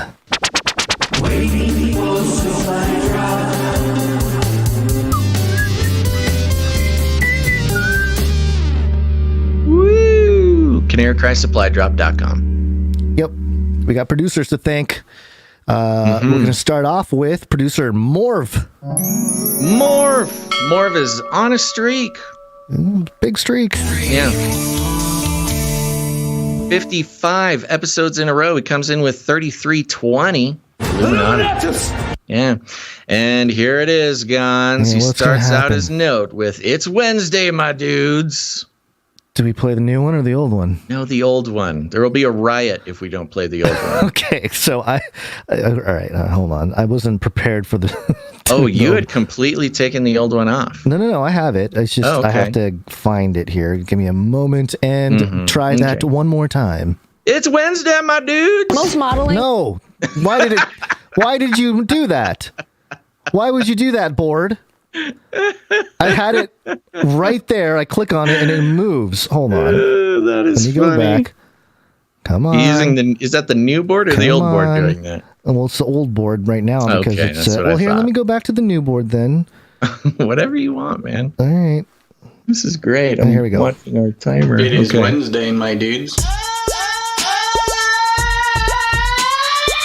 Okay, we go. We made it. Keep that around, Gonz, I because will, there is I a will. full-on rebellion I know, happening. it's a in the war. It's a producers. Wednesday I love war. I get it. I love it. Psalm 33, 20 through 22. Our souls waits for the Lord. He is our help and our shield. Our heart is glad in him because we trust in his holy name. Let your steadfast love, O Lord, be upon us, even as we hope in you. Thank you very much, Morv. Thank you, Morv. Next up, we have Puddin 22. On streak. Oops, wrong. Actually, now I'm on the wrong board. Hold on. Okay. Puddin 22 comes in with 2319, which is a very fun number. 2319. 2319. Oh, Gonz, the good old days. And is on a 2-episode streak. Yeah, she's on a streak. Women rule! That's right. You remember 2319, Gonz? No. It's from Monsters, Inc., a wonderful allegorical tale. Oh, yeah. Okay. Yeah, About all right. the power, the life power of children and the Right. corporate corruption surrounding them, harvesting Yes. their fears. Okay, this is for Puddin 22. There you go. There we go. All right. Hi, Basil and Gonz. Sorry for the confusion. My cat's name is Puddin. I'm using her name as my alias. Yeah, there was no confusion, Puddin 22. We get that. We know the cat didn't. We know type. the cat. I don't We know, don't though. think It might it- have actually been the cat. Yeah, I'm maybe. not convinced. This is exactly what a cat would say if they had gotten the PayPal password to their humans' PayPal and then supported their favorite podcast.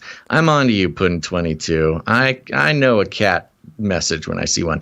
Thanks for digging through the muck and mire, MSM, so we don't have to. We'll follow wherever you end up, Puddin 22. Oh, thank you. Thank you very much, Puddin. Good kitty. And yes, I'm assuming we'll follow wherever you end up means that they are ready and willing to leave YouTube for other platforms. Thank you, Puddin. Thank you, Puddin. Next up, we have Palmer B. Palmer B is on a streak. Yeah, she 24. She's on a streak. Women rule! 24 episodes in a row. Thank you, Palmer B. Comes in with 2016. Howdy. I'm all about that new Wednesday jingle. Hey guys, know what day it is? It's Wednesday. Time for the Canary Cry News Talk. Yeehaw! Happy Wednesday, partners, and a happy anniversary to my husband of 3 years. Gonz, please do me the favor of having Biden whisper sweet nothings to my beloved. Pay them more. I wrote the bill. Get vaccinated. They all want to share their data. Wow, so romantic. Those sweet, sweet nothings. That did give me an idea for a jingle. I mean, Biden's whispering sweet nothings. That's a good one. Yeah, you're right. It's a good analysis. Yeah. Thank you very much, Palmer B. Thank you, Palmer B. Next up, Christian N. Christian N comes in for 1702, and a note here. Hello, Basil and Gonz. My contribution for this month reflects my birth date in European format. Ooh. That's funny. Month first, Or day birthday first, right? second. No, day yes, first. Day first, month second. Oh, and it's tomorrow is his birthday. Yeah, let's give him a happy birthday. Take a second. Let me read the note. The age, the last time I had those two digits was 36 years ago. Whoa. Maybe you can figure it out. God bless Christian N from Telemark, Norway, one of our Norwegians. Thank you very much, Christian. And happy birthday. Telemark. Good skiing up in Telemark. Mm. I don't know if we have enough hints, like clues to figure into. Well, we got the date, February 17th, and then the last time I had those two digits was 36 years ago. Yeah, that could be any number. Yeah, I don't know. 36 years. That's in the too much future. math. Maybe I'm just not smart enough. Thank you very much, Christian N, for supporting the I show. feel pressure because we have a clock running now. I know. Well, that's the point. Yeah, That's just so the thing. everybody knows. Yeah. Our new thing is we have a clock running too, so we don't totally Keep get peeking lost. at it. Yeah. Okay, let's keep moving. We'll figure it out, Christian N. Thank you very much. Next up, we have Gene G. Gene G is here with 1129. Thank you very much, Gene G. Thank you for what you do. Love from South Africa. All P.S. right. Your Odyssey account sorted, or am I just thick? That is a great question. I would have no way of knowing if you're thick or not. Whether you mean that in the boomer sense or in the Gen Z sense, which are two very different meanings of the word. I'm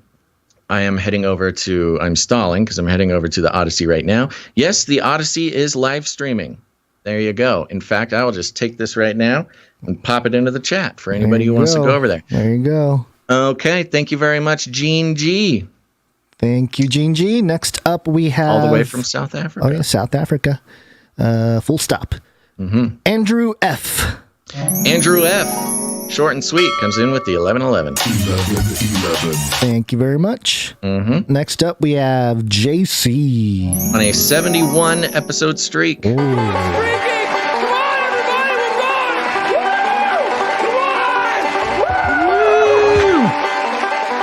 Thank you very much, JC. Comes in with the 1001. 1001. Amen. It is WMD, Gonz. It is Wednesday, my dudes.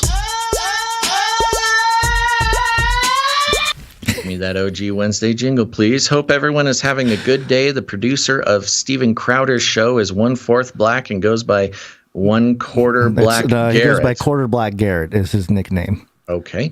He reminds me of the Skeleton Olympics story, so I figured I'd share.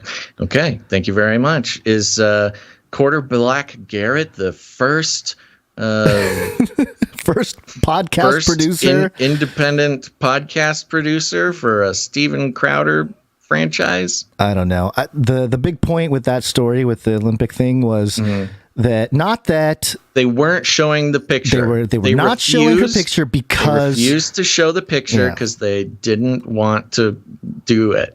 I don't know why. It's honestly to be because I was reflecting on this after the show.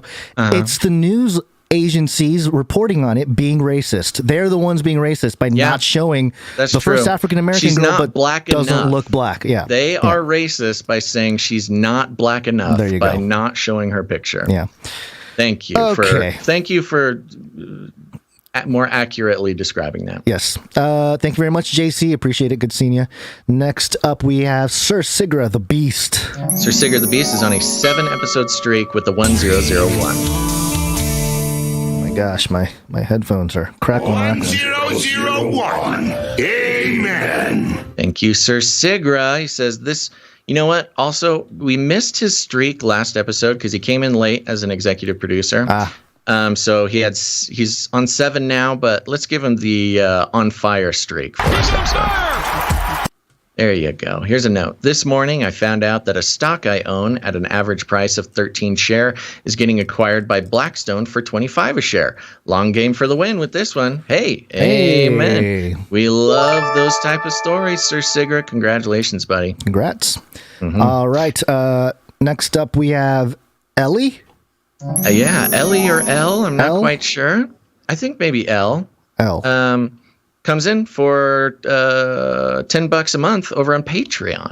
Thank you very much, Al. Thank you very much. Next, we have Robert R.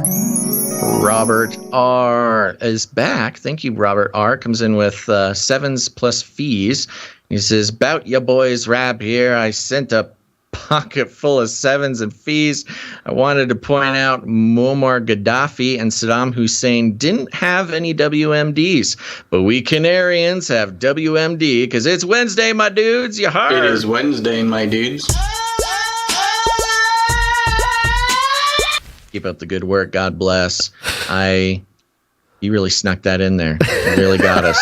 I know. I was really wait, got us with that he's one. Not doing it with the WMD. Okay. Oh, he's actually doing it. Thank you, Robert R. Thank you, Robert R. Next up, Sir Scott, Knight of Truth. You know Sir Scott is on a streak.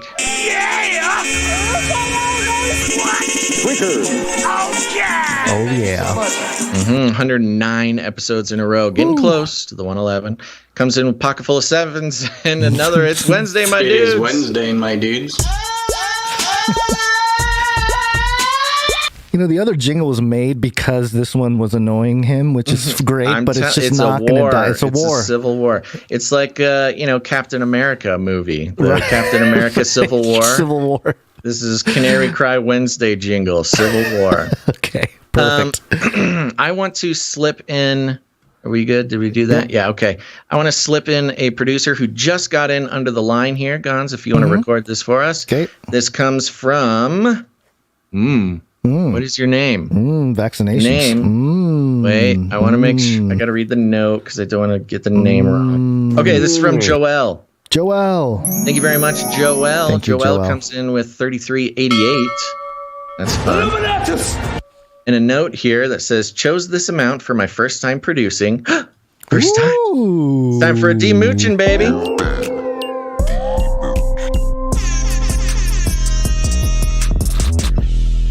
And chose this amount for my first time producing, not because of its nefarious connotations, but because of the great victory our Savior won at that age. Oh, that must be 33 plus fees. Oh, my little timer went off and made a weird noise. Please give a honk out to the truckers. Why don't we give a trucker jingle? Oh, I had another jingle ready to go on that one. Whatever you want. No, it's okay. Here we go. Gary. No. See, that's part of the problem with the lag on the Stream Deck is I'll press it and the page won't. Just keep it moving, baby. Over. We got us a convoy, over. Okay, here we go. This one is coming from, oh my gosh. Oh, that was a close one. I thought I was reading the wrong list for a second. I thought I had been doing it the whole show. Okay, that concludes all of our producers that have supported the show in the amount of 777 or more, which entitles them to have a note read on the show. But there's a few more who come in under that amount, and I will just blast through them now. Okay. Starting off with Sir Casey the Shield Knight on a 119 episode streak, coming in with Fox 4 threes. Oh, yeah. Man, thank you so much. We've got Gail M coming in on an 85 episode streak.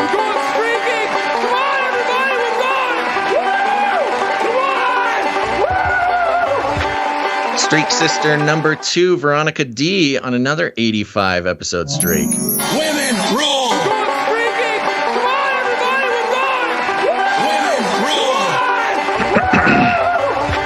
We've got Child of God coming in on a 54 episode streak. Oh, I put Child of God in there twice. Whoops. We got Jackie U on a 26 episode streak. Oops. Yeah, she's on a streak. Women rule! Threes and fees. Next, we have Doctor Who Done Dat on a 56 episode streak. Threes and fees. And last but not least, we got Runk Smash on an 11 episode streak, coming in as our crypto producer for the day. Is this a crypto?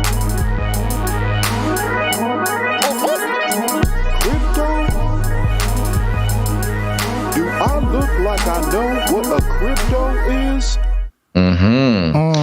Next up, that is it. That concludes our list of financial producers. Thank you all so much for doing so. And I forgot to let people know where they can support the show. These are people who came in to support the show at patreon.com/CCNT or CanaryCry.Radio.com/support. CanaryCry.Radio.com/support. So happy to see the new and returning producers realizing the value of this show. Maybe, a little disappearance from YouTube reminded people what life could be like without the show. Let's thank them for their patronage and check in on some SpeakPipe. Shut up and take my money. Thank you for your patronage. Thank you for your patronage. Thank you. Thank you. Thank you for your patronage. Please leave a message after the tone. At the tone, please record your message. Leave a message. Beep. Oh, you did it again. I did it again. Wow. This is amazing. This is some I'm kind never of going to streak. not do it is the problem. Yeah, it's too rhythmically there, but okay. I'm not seeing our speak pipers on the list here, Gonz. Oh, I have so them. I'm gonna. I know you have them, but we got to remember. I got them. We got to remember to put them on the dock. Yeah. So These are individuals who have left us messages, voice messages over at CanaryCry.Newstalk.com. You can do it too, folks. Head on over to CanaryCry.Newstalk.com. Click on the green tab on the right-hand side of the page, and a little recorder will come up. You just press record, and boom. You don't need any special hardware or anything. You just leave us a message, say hi, ask questions, shout out to listeners or producers, or leave your own report to be played here on Canary Cry News Talk. All right, you're in charge, Gonz. I don't even know who we're talking to here. Well, first, we have a message from Arnold Schwarzenegger. Hello. Oh! This is Arnold. I'm calling to let you know, on behalf of everyone in the state of California, that you cannot get rid of the Wednesday jingle. Such a thing has never been done since World War II. This is our Bay of Pigs. If you do not believe me, you must ask. I have talked to many people in the state of California, and they all say the same thing. We need to get to the chopper, and we also need a vacation. Have a great day, everyone who likes the Wednesday jingle only. Everyone else, no. The war continues. Thank you, Arnold, for leaving us a message. Wow. Big fan of the show. Big fan of the old Wednesday jingle, Arnold. Yeah, Arnold has yet to produce the show, though. So he's still waiting for his demooch. Yeah. Okay. Well, we also have a Boots on the Ground report here. This is our CCR special Boots on the Ground report. Now, let's go live. Reporting to you pre-recorded, I'm your local crypto Chad with Canary Cry News Talk. According to a Canary Cry expert witness, corporate cesspool for misinfo, Spotify is now running ads for a, quote, FDA-approved video game called Endeavor RX. Experts are advising that the homeless man and NFT boomer should watch this game more closely for further propaganda. And coming up next, is the homeless man in VR goggles actually NFT boomer's son? Stay tuned to find out. That's fun. That's a great report. We would have put that on top of a real report, except for we have already reported on that story. Yeah, a couple episodes ago. But excellently done. Good. That's Jack V reporting. Is he the crypto Chad, or is he reporting for the? Does he work for the crypto Chad? It's a mystery. It's a mystery. I forget how that hierarchy really works. Yeah. Thank you very much, Jack V. What a pleasure to hear from you, buddy. Thank you, Jack V. That's it. That's all I had. That's all we had? Mm-hmm. Okay. I made a whoopsies, and it's my fault. Okay. We had one more producer, and they are one of our big old streakers. So I want to stick them in here. Sure. And it is Heather Saras. Oh, Heather Saras. Mm-hmm. And on a streak. Yes, of course. She's on a streak. Women rule! I'm currently scrambling to our old document here. Gotta scroll down. 60 episodes in a row. Oh, is that, let's see, is there anything for that? I don't remember now. No, not yet. Nope, 60 episodes in a row. Thank you very much, Heather Saras. Thank you, Heather Saras. And we have a note here that goes like this. Oh, they come in with the 1001. Oh, sorry. Gotta go back. I know. It's okay. All right, here we go. 1001. Amen. And don't go anywhere, because the note reads, Happy Wednesday, my dudes. It is Wednesday, my dudes. Can we get a Gonzo jingle mix, please? Much love, East Side. Gonzo jingle mix. Okay, not prepared for this one. We'll just go random here. You can't handle the truth. You guys are calling me running propaganda. Where are the aliens? Excellent. Thank you very much, Heather Saras. Sorry we missed you on the first round there. And that concludes all things. We're only 10 minutes behind. It's okay. Yes, it's wake up time. Hey, yo, wake up. Now here's a question. Hold on. I knew the timing on that was a little optimistic. Yeah. Okay, question though. Do we end it here with the YouTubers? Yeah, that is the thing. Yeah, that is the way this works. Okay, so YouTube out there, thank you guys for coming back and catching the show. Again, I popped in the Odyssey link a second ago, but YouTube has made it clear that we are not welcome to do the whole show here on the platform. So we'll be giving you the first half of the show, every show, but then we're going to be getting into the good stuff, the stuff they don't let you partake in on YouTube. So you can go to CanaryCry.Party to find another outlet. Yeah, I mean, just pick one. People, I saw some comments like, there's so many, I don't know. Just pick one. Find one that works, man. Odyssey. If you need to be told which one to go to Odyssey. Yeah, go to Odyssey. We'll drop the link into the chat for you. Twitch is also a good option. DLive is a great option. We're also just streaming right on our Twitter and stuff, but you can't chat there. So there you go. If you want the best chat experience right now, I would recommend Twitch or DLive. Those are the two places that you should go if chatting is your thing. And you can find the links to those at CanaryCry.Party.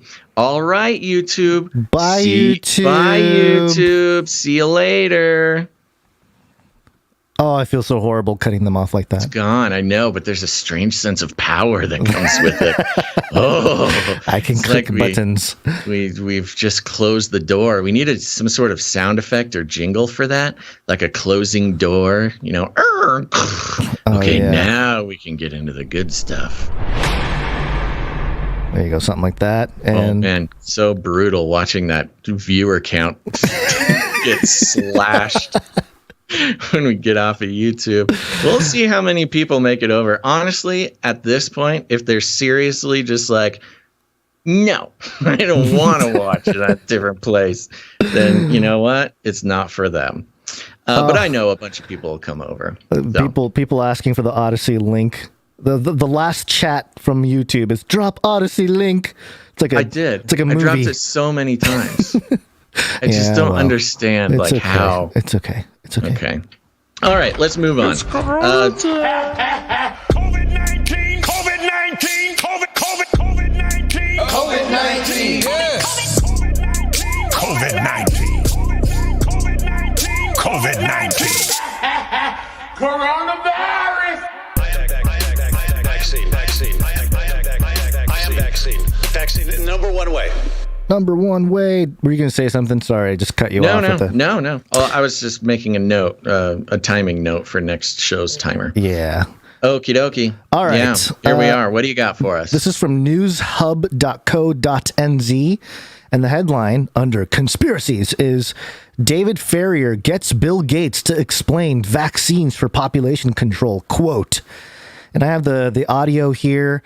So is this the old clip, or is this him? No, this is him pontificating. Yeah. Is this in reference to the old clip where he says vaccines help with what? I forget. Like he said that vaccines will help with population control, but then he had some weird roundabout way where it made sense to him.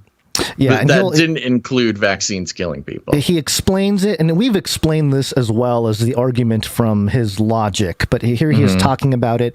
I cut off the part because it's a little bit longer here. I cut off like 30 seconds of this clip where the guy is asking the question, but then it goes into it. It's like some kind of, I don't know. They're on stage somewhere. Anyway, here we go. Some sort of panel. That's a counterintuitive thing, which is that all societies that are healthy, where children grow up and survive, are societies where there's not significant population growth. The place that you have population growth is in very poor countries where over 10% of the children are dying below the age of 5.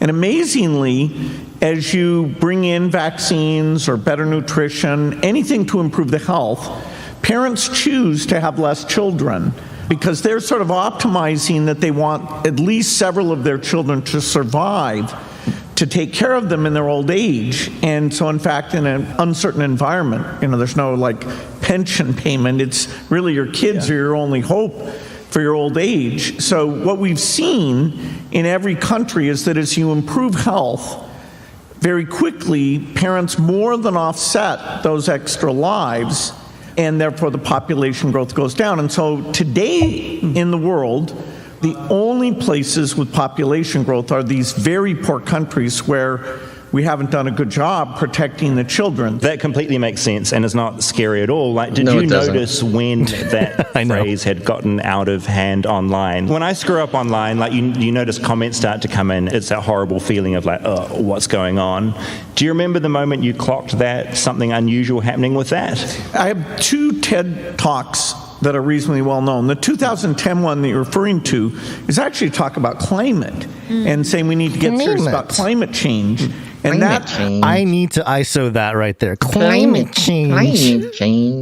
And that, the idea that I briefly said something about vaccines, of course, at the time, I had no idea that would be taken out of context. I have many other speeches where I explained how our foundation chose to get involved in vaccines because I was shocked that these very low-cost shots that can stop pneumonia and diarrhea, they were getting to the rich kids who are not at risk of dying, and they weren't getting to the kids in the poor countries who really were dying. And it seemed like such an insane thing that Melinda and I decided, okay, this will be a primary focus of the foundation.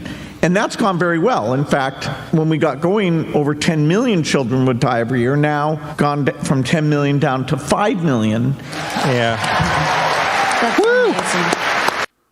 That's amazing. Did you hear the end there? That's amazing. It's amazing. Yeah.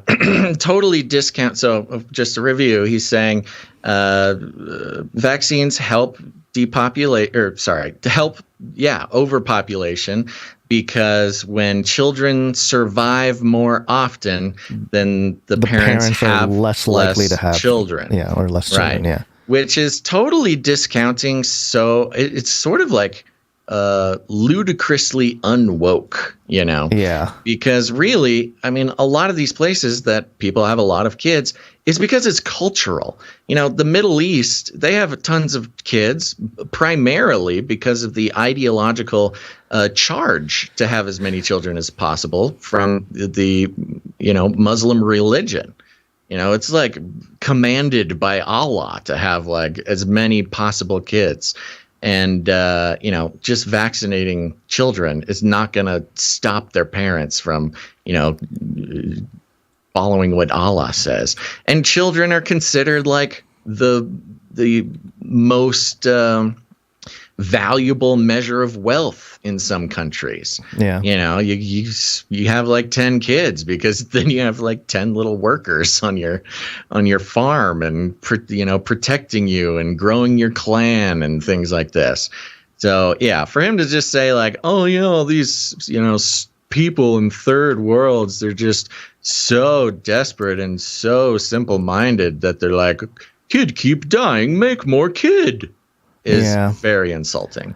And the hubris is quite amazing. It's to the point where I think it is blinding him. His conscience is seared, with like a hot iron when it comes to. Well, I think he believes it, and I think that's he believes the thing. It. Yeah, that's what's so weird about it is that it's like he gets to decide the ethic, not just the ethics, but just kind of the his worldview, his presupposition approaching it is all these countries that they're overpopulated. Mm-hmm. And it's like, no.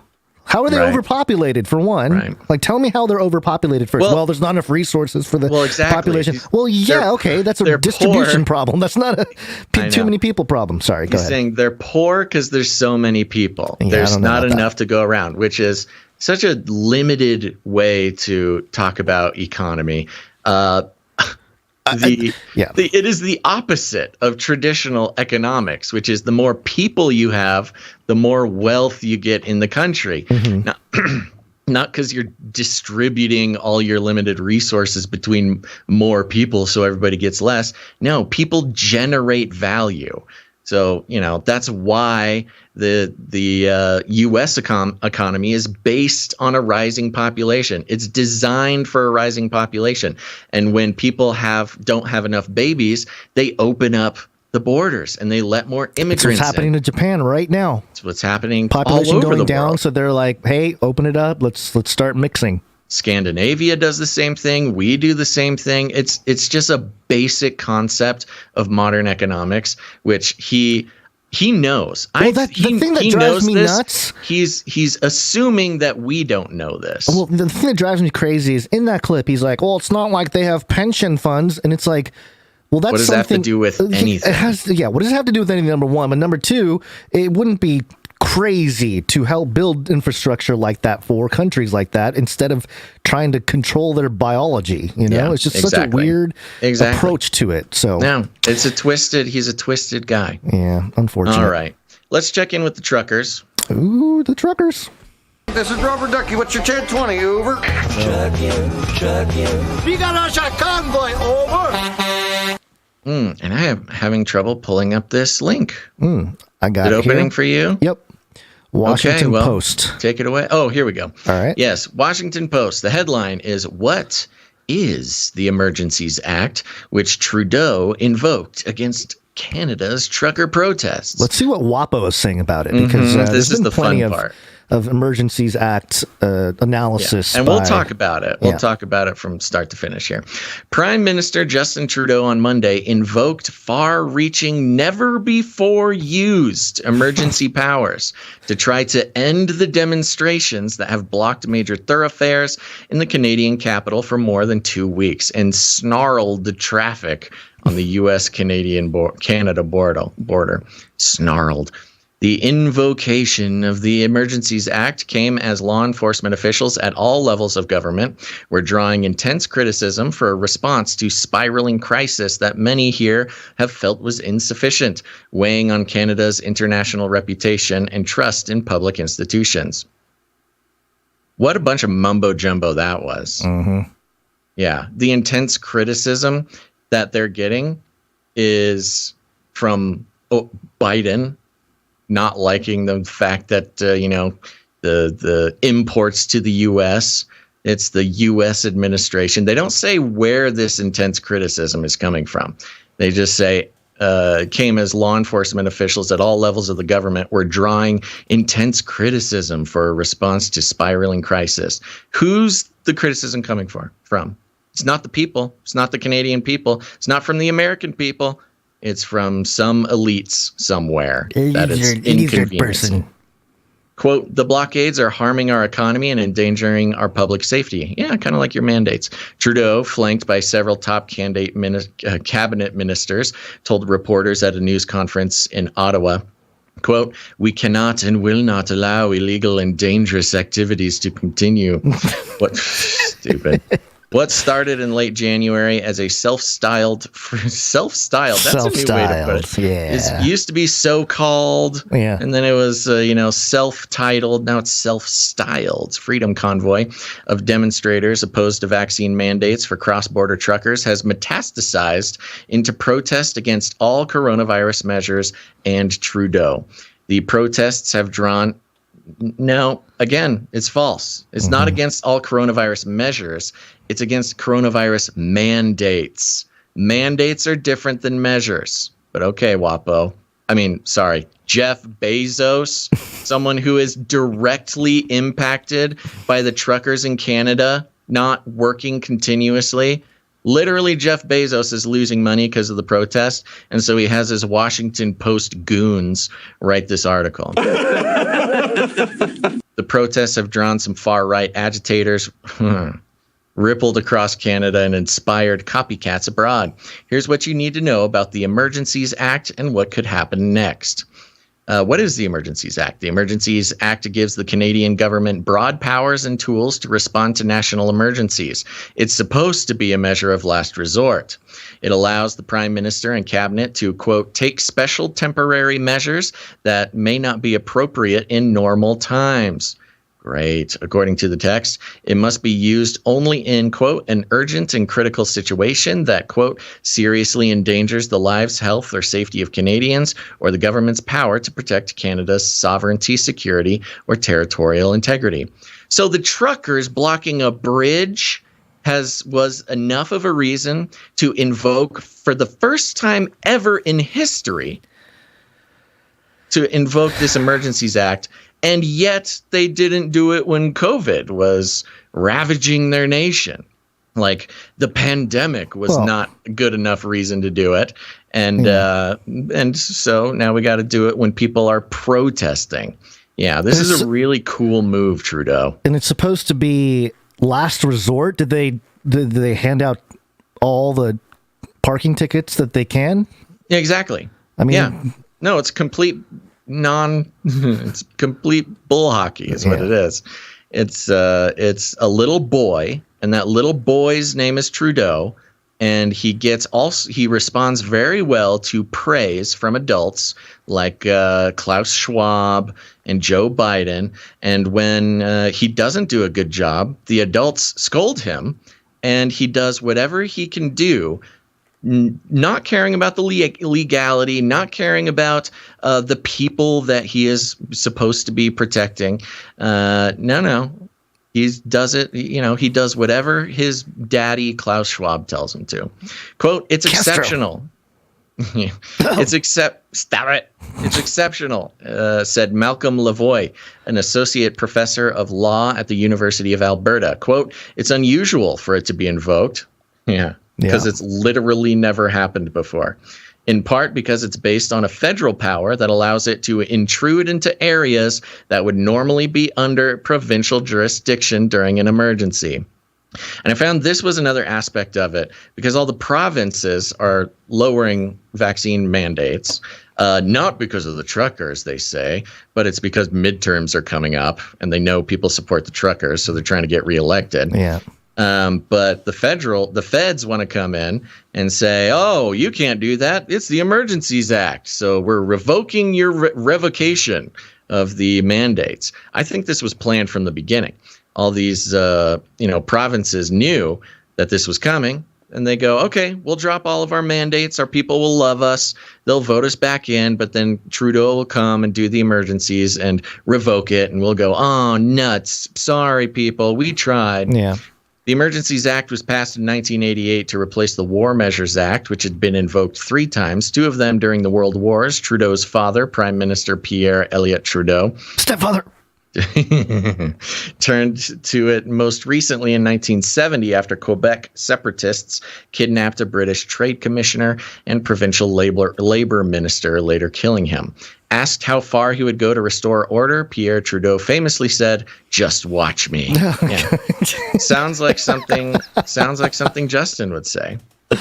Critics of the War Measures Act charged that it overreached in curtailing civil liberties.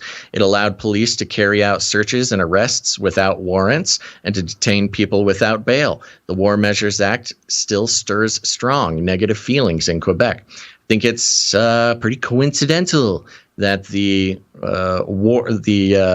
act that Justin Trudeau is carrying out now mirrors the combination we just laid out earlier in the show, the NDAA and the DHS Bulletin. Yeah. Now both Canada and the U.S. can just scoop up whoever they want. No bail, no reason, detention, boom. How will the government use it? Trudeau insisted that the scope of the measures will be time-limited, geographically targeted, as well as reasonable and proportionate to the threats they are meant to address, but did not elaborate. Yeah, convenient.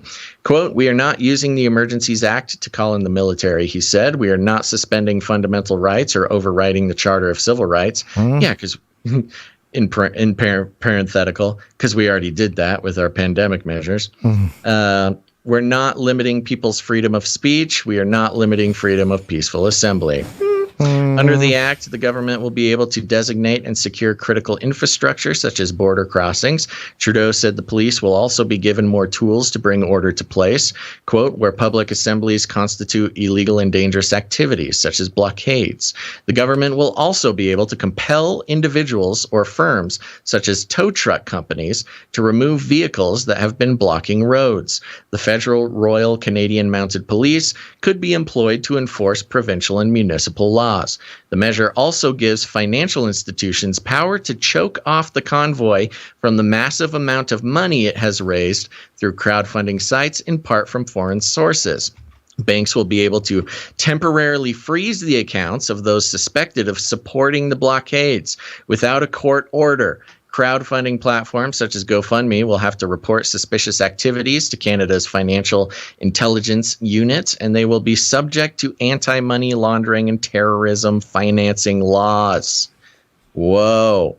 And yeah, that does not, they're putting a very specific limit on this WAPO article about these bank freezes. That is not the most accurate way to describe it. It is now such that literally the banks can and will freeze any person's bank account. This is not just about, it's not just about crowdfunding platforms or businesses or anything like that. They can freeze the individual's bank accounts for participating in the protest. Chrystia Freeland, Canada's Deputy Prime Minister, said the corporate accounts of companies whose vehicles are part of the blockades will be frozen and their insurance suspended. Justice Minister David Lametti said the declaration lasts for 30 days, but that he hopes to revoke it sooner. And then it goes into how Canadians have reacted, how Canadian lawmakers responded, and, we know how they're reacting, except for they found a couple shills to say, we'll figure it out. It'll be okay. I do like this one. We have laws on the books that can already criminalize everything that's taking place, Leo West, an assistant professor of international affairs at Carleton University, told the Canadian Broadcasting Corp, quote, "The issue is a refusal to actually enforce the laws already in place." It's very revealing of how our legal system works, which is, all those laws are already in place. Same within the U.S. It's that turnkey tyranny I was telling you about. She's literally referring to the turnkey tyranny. The structures are there. The legality is there. Everything is there for the government to fully, hamstring individuals and put down a peaceful protest. It's already illegal. They're already able to do it. All they got to do is turn the key. And that's what Justin Trudeau's done. I saw some reports about how they're already not just, getting locked out of bank accounts, but certain places blocking certain Bitcoin addresses, Bitcoin Cardano and Monero or something that are being used by the truckers to move some of the money. Yeah. And, it's kind of interesting. We're being forced into using something like Bitcoin, but also banning the accounts. This will become very fascinating as we see the financial infrastructure for crypto rise here with Coinbase, which is centralized, and FTX, which is centralized, and all these centralized financial institutions.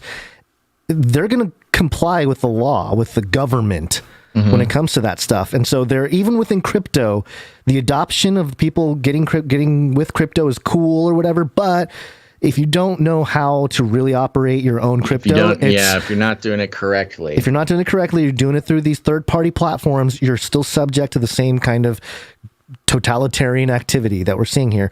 And I do have a note from Jagged777 that came in a couple days ago. Oh, good. I'm glad you got that. I forgot about that. It's just a way he wanted to make Canadian Canarians aware of what they can do to begin the process of getting rid of Trudeau. And I think I'll just leave it in the show notes. I know he asked us to read it on the air here. It's short. Write to their member of parliament and demand that there be a vote of no confidence in the government. This is especially important for people in liberal-held ridings. And then they provide a link here. Jagged777 provides a link. And you can also connect directly to the Prime Minister's office. So there are ways you can, I guess, start mobilizing that way in Canada. But, luckily some of this is... Yeah, it's all kind of working within the system is the problem. Right. That's what I'm saying. I have with this. It's just all the same. It's the same avenues that have not worked. If you're working through the avenues that they give you to work through, it's probably not. It's kind of designed it's designed to be impotent. Yeah. Now, not to say that you shouldn't do it, but we know the deal. This isn't actually meant to be empowering to people. It's meant to give them a place where they can, write their angry letters, make an angry phone call, so they don't protest, so they don't make a blockade, so they don't hinder the government in any actual real way. No, just send an angry letter. And again, I think everybody should also write the letter, make the phone call, petition your representatives. For the therapy of it all, if nothing else. Yeah, and your representatives need to know how you feel. That's very important. They are subject to their voters' decisions in the midterms, or whatever the equivalent is over there in Canada. But yes, so these are good things to do in addition to actually taking steps, peaceful, non-violent, effective steps to make the powerful uncomfortable. Yep. We're so off time now, but let me just mention real quick. There's a Guardian article. That's okay. We gave ourselves a half hour extra time too. Right. We can go over a little bit, but we do need to keep moving. There's an article here by theguardian.com. It's an opinion piece written by Musa Al-Garbi. And the headline here is, "Why don't some people want to get the vaccine? Here's why." Oh, he's figured it out, has he? Yeah, the subheading here, "Left-leaning people wonder what's wrong with the unvaccinated, but what if their non-compliance isn't that surprising?"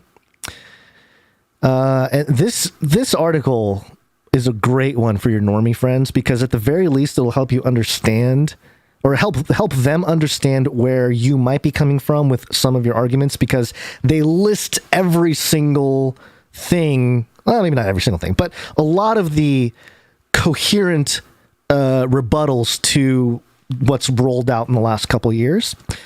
So let me read a little bit. I don't want to spend too much time here, but it says here, "Hospitalizations and deaths from COVID-19 in the U.S. are now driven heavily, although not exclusively, by the small share who remain unvaccinated. According to the latest CDC estimates, an unvaccinated American is 14 times more likely to die of COVID-related complications as compared with someone who has 2 doses of the vaccine, and they are 68 times more likely to die from COVID-related health problems than someone who is boosted." I don't know how they got those numbers, but it's a CDC thing. And I looked into it. 0.001 times 16. You get your 0.16 or whatever. Explanations for persistent vaccine hesitancy abound. An increasingly dominant narrative, especially among progressives, is that failure to comply with the directives of public health officials is absurd and must be driven by some pathology or deficit. Among those who subscribe to this worldview, debates turn around identifying the primary malfunction of, quote-unquote, those people. Are they ignorant, brainwashed, stupid, selfish, and apathetic? All of the above. Left off the menu is the possibility that hesitancy and noncompliance may actually be reasonable responses to how experts and other elites have conducted themselves both before and during the pandemic. Oh, interesting. Wow. Okay. So he lists some things here, and each of them is a paragraph, so we don't have to dig into each one. He's very thorough. He's thorough, though. He's taken his notes, that's for sure. Here are some of the things. The COVID-19 vaccines were developed, approved, mass-produced, and distributed at record speed. On the one hand, this was a miracle of modern science, state capacity, and private sector ingenuity. On the other hand, the rapid process gave rise to questions about whether proper protocols had been followed and exacerbated concerns about how safe and effective the vaccines would be. Sounds pretty logical, and that's kind of where we were at. We're like, okay, great, yes, a modern scientific miracle, but did we really comply to everything, or did we push things through because we were in a pandemic, quote unquote? Right. The next one. These rapidly produced vaccines also pioneered the use of artificial proteins never seen in the natural world. Again, a miracle of modern science, but one that has left many wondering if there was sufficient research on possible long-term problems, side effects, given that the Pfizer COVID-19 vaccine was the first mRNA vaccine ever to achieve full FDA approval in the U.S.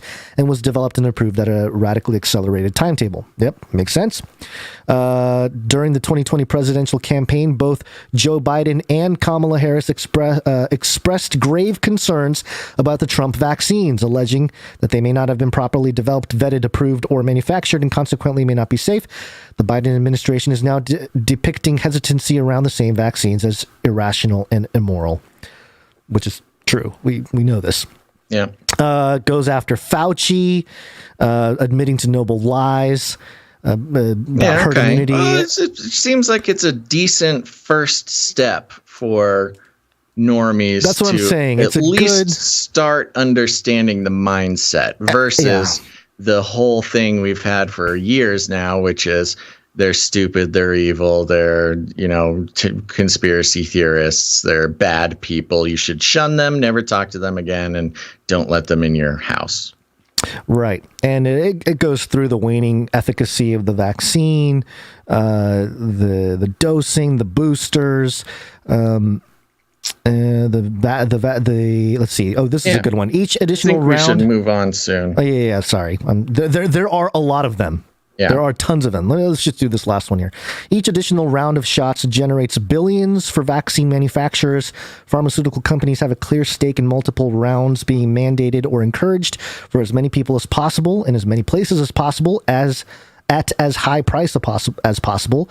They have a clear interest in funding and promoting research suggesting that more rounds of vaccination are needed, and they have been doing just that while lobbying governments to adopt their vaccines over those of their competitors. And the list goes on and on. It mentions VAERS. It just goes on and on and on. And I was surprised to see this in The Guardian. And again, it's a great thing to share just to show that there is logic on the other side. But this article does conclude, all said, despite all the significant problems described above, the COVID-19 campaign has actually been one of the most ambitious and successful rapid vaccination drives in U.S. history. Mm-hmm. So it's still bowing to the man, so to speak, at the end. Yeah, of course. Well, they have to. They can't publish unless they do. Okay, well, we just have one last little headline to read here, which is just fun. Mm-hmm. Metro.co.uk, NHS recruits sheep to calm 12-year-olds getting COVID jabs. Oh, now you can get your kid jabbed while they pet a sheep. I think they changed the headline. Did they? I think so, and I have a screenshot of the old one. Hold on, let me pull it up. What is the old one? It's not good. It's much funnier, I would say. Okay. Give me 1 second. Do you want to read a sentence or something as I pull this up? Yeah, sure. I'd love to. Shetland sheep called Lashes, cumin and coriander, clove and cardamom greeted youngsters going for their COVID jabs at Nascot College in Epsom this weekend. Internet's really lagging. Sama Ali, 14, from Tadworth, Surrey, is scared of needles but wanted to get a jab to protect her 75-year-old grandmother. Ooh, I got bad news for you, kid. It's not going to do it. The teen said the sheep had a calming effect, and it was fun to stroke the animals. Her mother, Farina Ahmad, said, "I'm so proud of her. The sheep were a nice surprise, especially as she was nervous." Veronica Brosnan, 12, from Sutton, was also a bit nervous about the injection, but said she feels better after getting it. She said, quote, "It was fun to feed the sheep and stroke them because when I am older, I want to work with animals." Nurse Catherine Frew Brown said, quote, "We want the children to appreciate the experience and they may come back again without feeling anxious and fearful." Oh, come back again, you say? Oh, so this vaccine isn't enough to protect them. So you got to lure them with petting sheep to come back and get their booster. Okay, I have the original headline. Okay. The original headline by this Metro outlet here, Metro UK, was "Why Sheep Are Being Recruited to COVID Vaccine Centers." Sheep have always been recruited to COVID-19 centers. Finally. If you're not a sheep, you wouldn't choose that career path. Finally telling it how it is. Metro UK letting it slip. That is funny. All right. Let's take a little breaky poo. Breaky. It's break time! Come on, take a break. If I may, real quick, Gonz, I do want to mention to everybody, I can't remember if I mentioned it during the show or in the pre-show, which is we now have a texting service thing that, we got so many complaints about people not receiving messages, notifications rather, from the platforms that stream the show. Over and over and over, people are missing the show. It's a whole thing. And so we will be sending out our own messages to let you know when the show will be going live. So if you want to join this text thing that we have, it's I will say, we're not gathering names. We're not gathering any information. It is simply just your phone number. And anybody who's signed up to this thing will get a text message that we send out to let them know we're going live. Cool. So there you go. If that's something you're into, you didn't make a graphic for the number, did you? I did not. No. Okay. No well, time. we'll have that you next time. You sprung that on me at the last second. Oh, you're fast. I would have thought you could do it, but let me. What is the number? Well, first of all, you can go over to CanaryCry.Party, and at the top of CanaryCry.Party, we have a little link thing. It's a link tree. Click on that. You just put your phone number right in there, and it'll go onto our list to send you text messages, alerts. I just refreshed. We lost the pink, huh? Yes, I've also changed the design. I found a cool design. Flowers or fun. something. It's fun. It's like a lot going on. It's like a stylish Hawaiian shirt. Here's the number, though. If you want to text this number, text Canary. Very simple. One word, Canary. Text it to 877-740-3226. That's 877-740-3226. Text Canary, and that'll just put you on the list. 322. What? 322. Oh, we did get 322 in our number. That's fun. We got Skull and Boned. Yeah, we got the Skull and Bones are giving us our phone number.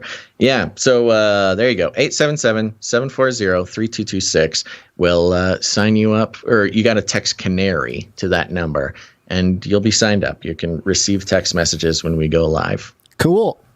That's fun. All right. Yeah. Well, we're just trying it out. Mm-hmm. We're doing our second break here. We like to thank producers who come in with their time and talent, and some of the elements here have been shifted over to another section. Timestampers, we will thank you at the end of the show. We consider Canary Cry News Talk to be a place for therapeutic reflection of our troubling world, and we encourage people out there, listeners, to express it through art, music, and we like to share it here and let everybody relate to the troubling world through art and fun. Yes. And to start things off for this break here, we're going to do some audio production. Oh, wait. We didn't have anybody come in from audio production for today's show, but we'll play the jingle anyway. Okay. Audio production.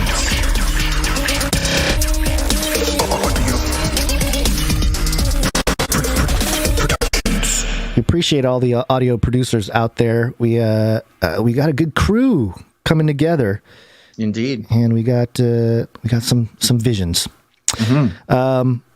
Art. One art, please.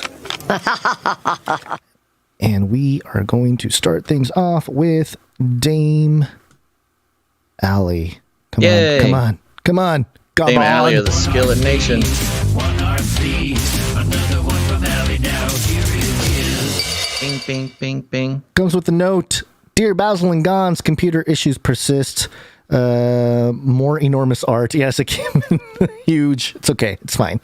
Ebony Blaze, it's all right. Equality now. On the cold white continent. Penguins united. Good. Oh, sorry. I was putting the phone number in Odyssey chat. Odyssey chat is not connected to our broadcast chat. We need to figure that out. Yes, very good, Allie. Thank you very much. And we have a beautiful black and white portrait of just a stunning Nephilim penguin. There might be Nephilim blood in this penguin. Yeah, I'm trying to count toes. Kind of hard to see what's going on. Looking so cute and so dangerous. Holding up a picket sign that says "Equality for Antarctica."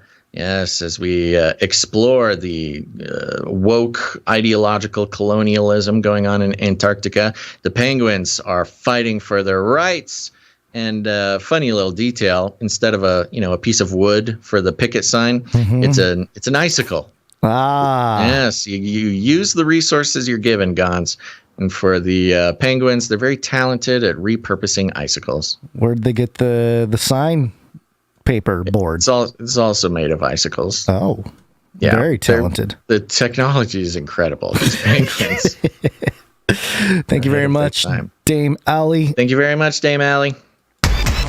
One art piece from Dove. Sir Dove comes in with another NWO Fantasy League character list here. Piece for this week's sheet for the upcoming 2022 NWO Fantasy League draft. I have some non-human lizard people players. Hope you guys like it. Keep doing what you do, and I'll keep praying for yins. Yeah, this is beautiful. Yeah, we are moving out of the realm of sort of recognizable public figures and deeper into the Canaryverse. We're starting out with John Tardigrade. Oh, yeah. Yes, his specialty is indestructibility. By the way, if you're new to the show, this is the New World Order Fantasy League, which is an actual fantasy league game that the producers, as well as me and Spirit, are putting together. Where it's a fantasy league. You know how that works. You'll earn point. You'll draft a team of New World Order, operatives, and as the show reports on stories and as current events, world events develop, you'll gain points for the participation of your team. It's going to be super fun. Hopefully, we'll see how the world goes, but there's optimism that we might be able to deploy this year. So we're giving you sneak peeks as the characters are developed, the player sheets. Starting with John Tardigrade, specialty indestructibility. No man, no bot, no law can stop him. That's right. These tardigrades are hardy little guys. Some special points here. 3 points anytime mentioned on the show. Yeah. 13 points any new story where they're further abused in the name of science. Yeah, that's true. These little suckers are smashed into the moon. They get shot out of guns. Yeah. They get thrown into lava and stuff, all for the sake of science. Next up, we've got the Fembots. We gotta have the Fembots. Of course, based on Grace from the Flippy updates, the nurse robot. Specialty job theft and spouse replacement. Oh, no, I don't like the sound of that at all. I don't know. I kind of like it. Because humans prefer our future enslavement to be at the hands of lady robots. That is scientifically true. Studies show that humans would rather be enslaved by female-presenting robots. The Jezebel and Rousey, most popular models among male demographic. Yes, that has been established on the show. 15 points. Any new Fembot article featured. Ooh, that's some good points. 33 points if article is about sexism against the female Flippy. Ooh. That is not impossible. That might be one of the more reliable 33-point gets in the deck so far. Next up, we got Monty, number 1 through 33. Yes, 33 Monties. The cloned lineage of my cats who span off into the future, gaining intelligence and their own, secret societies. Can we make our collection of 33 unique Monties? NFT? Sure, it's fine with me. The Monties will need a cut of each NFT, though. Specialty bird murder. Single-handedly keeping the spy drones in check. Yes, that's true. The Monties are a very, complicated bunch of cat clones. On one hand, they wear eye patches and seem to lurk in the shadows. On the other hand, they're really good at destroying the bird-shaped government drones. 5 points, any Monty mention. Good. 13 points if he makes a celebrity appearance. Ooh, that's fun. Then last but not least, we got the hybrids. Half man, half amazing. They've been making human-animal hybrids for years. The war-hardened goblin That's a quote from the war-hardened goblin. I think it was decades, but close enough. Sure. Yeah. Then Days of Noah, 13 points. Any story featured on the show about DNA tampering. That's good. These are some real solid point getters. Yeah. On a show-by-show basis. Yeah. Well done. Thank you very much, Sir Dove and team, putting these together. Very good. Thank you very much. I think that does it for the art today, right? Look, I did not. Yeah, not a whole lot of art. Yeah, not too much art. But on this episode where we're trying to cut it short, I'm not complaining necessarily. Yeah. Okay, next up, I'm getting a little bit of bounce back from you. Next up, we've got microfiction. We got one from Rung Smash.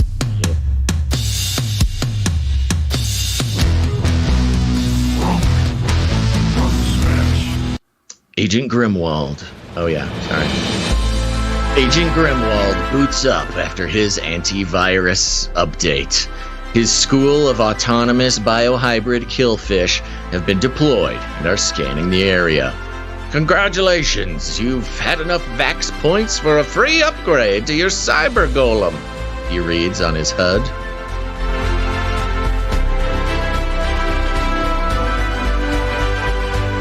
And we've got another microfiction from the Sentinel coming in. Ooh.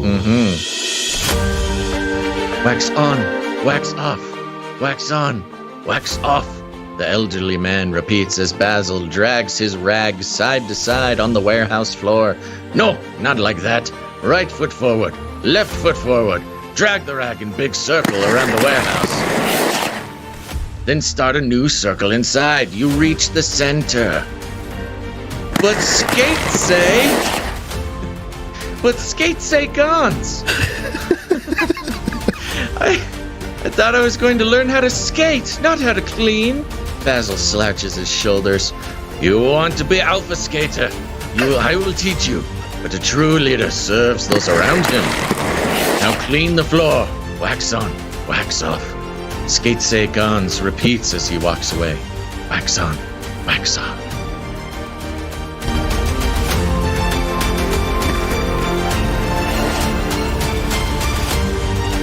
Skate say. You're my skate say, Gonz. I love it. Yeah. For those who aren't catching the joke, it's because it sounds like sensei. Yeah. Okay.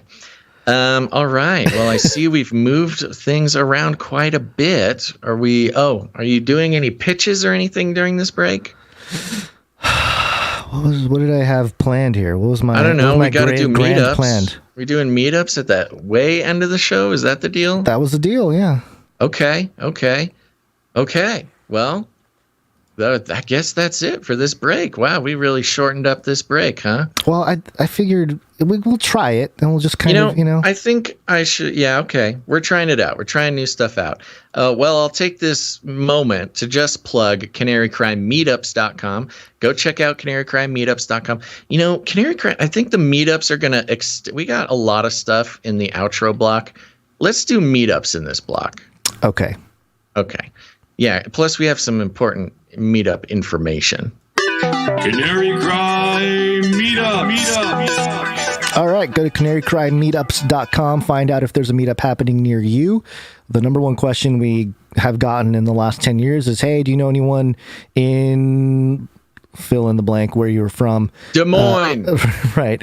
Who talks about this stuff you guys talk about? And oftentimes the question is, no, but we would like to help you find people, so this is one way to do it.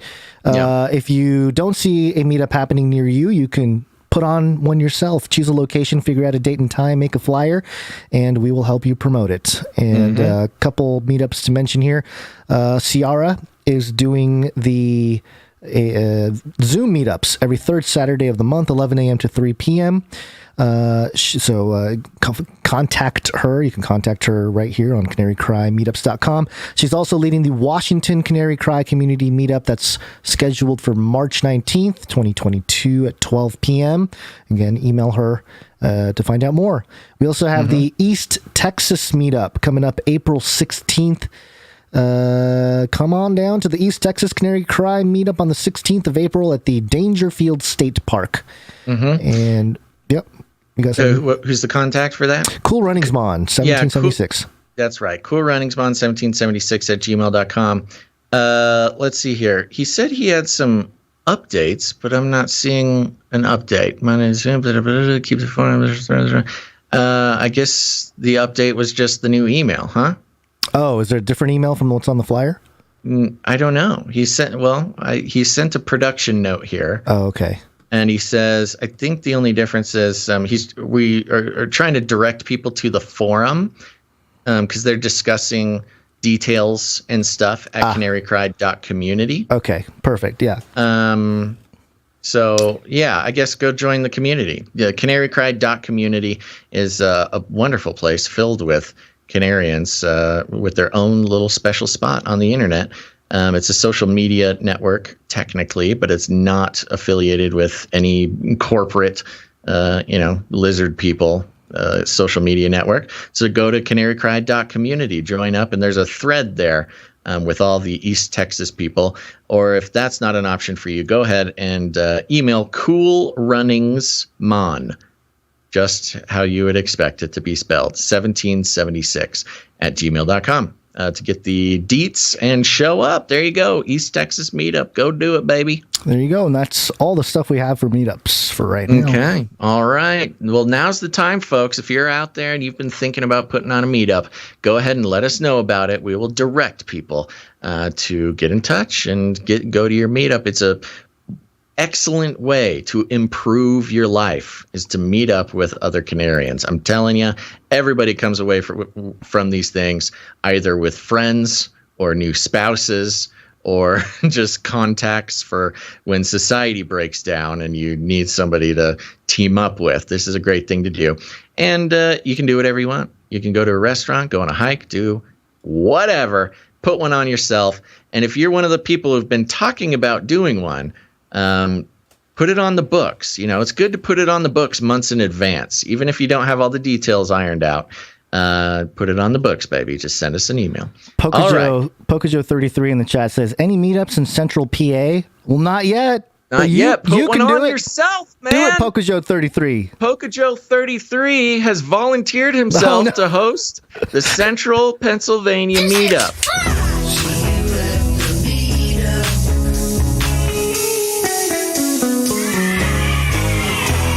And we have confirmation.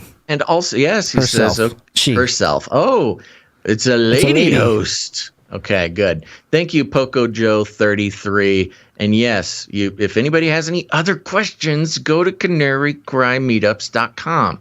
You'll see all the meetups that exist. And if they're not there, they don't exist. So put it on yourself. Send us an email. There you go. All right, let's wake up. Wake up time. Yes, it's wake up time. Hey, yo, wake up. Welcome to Yay! Metaverse news, your favorite subject, Basil. Huzzah. It is. I don't know why you say that. Like it's not. It's the DAOs I can't stand talking about. The metaverse I'm all about. I'm in the metaverse right now. There's a DAO in the metaverse. Okay. Reuters.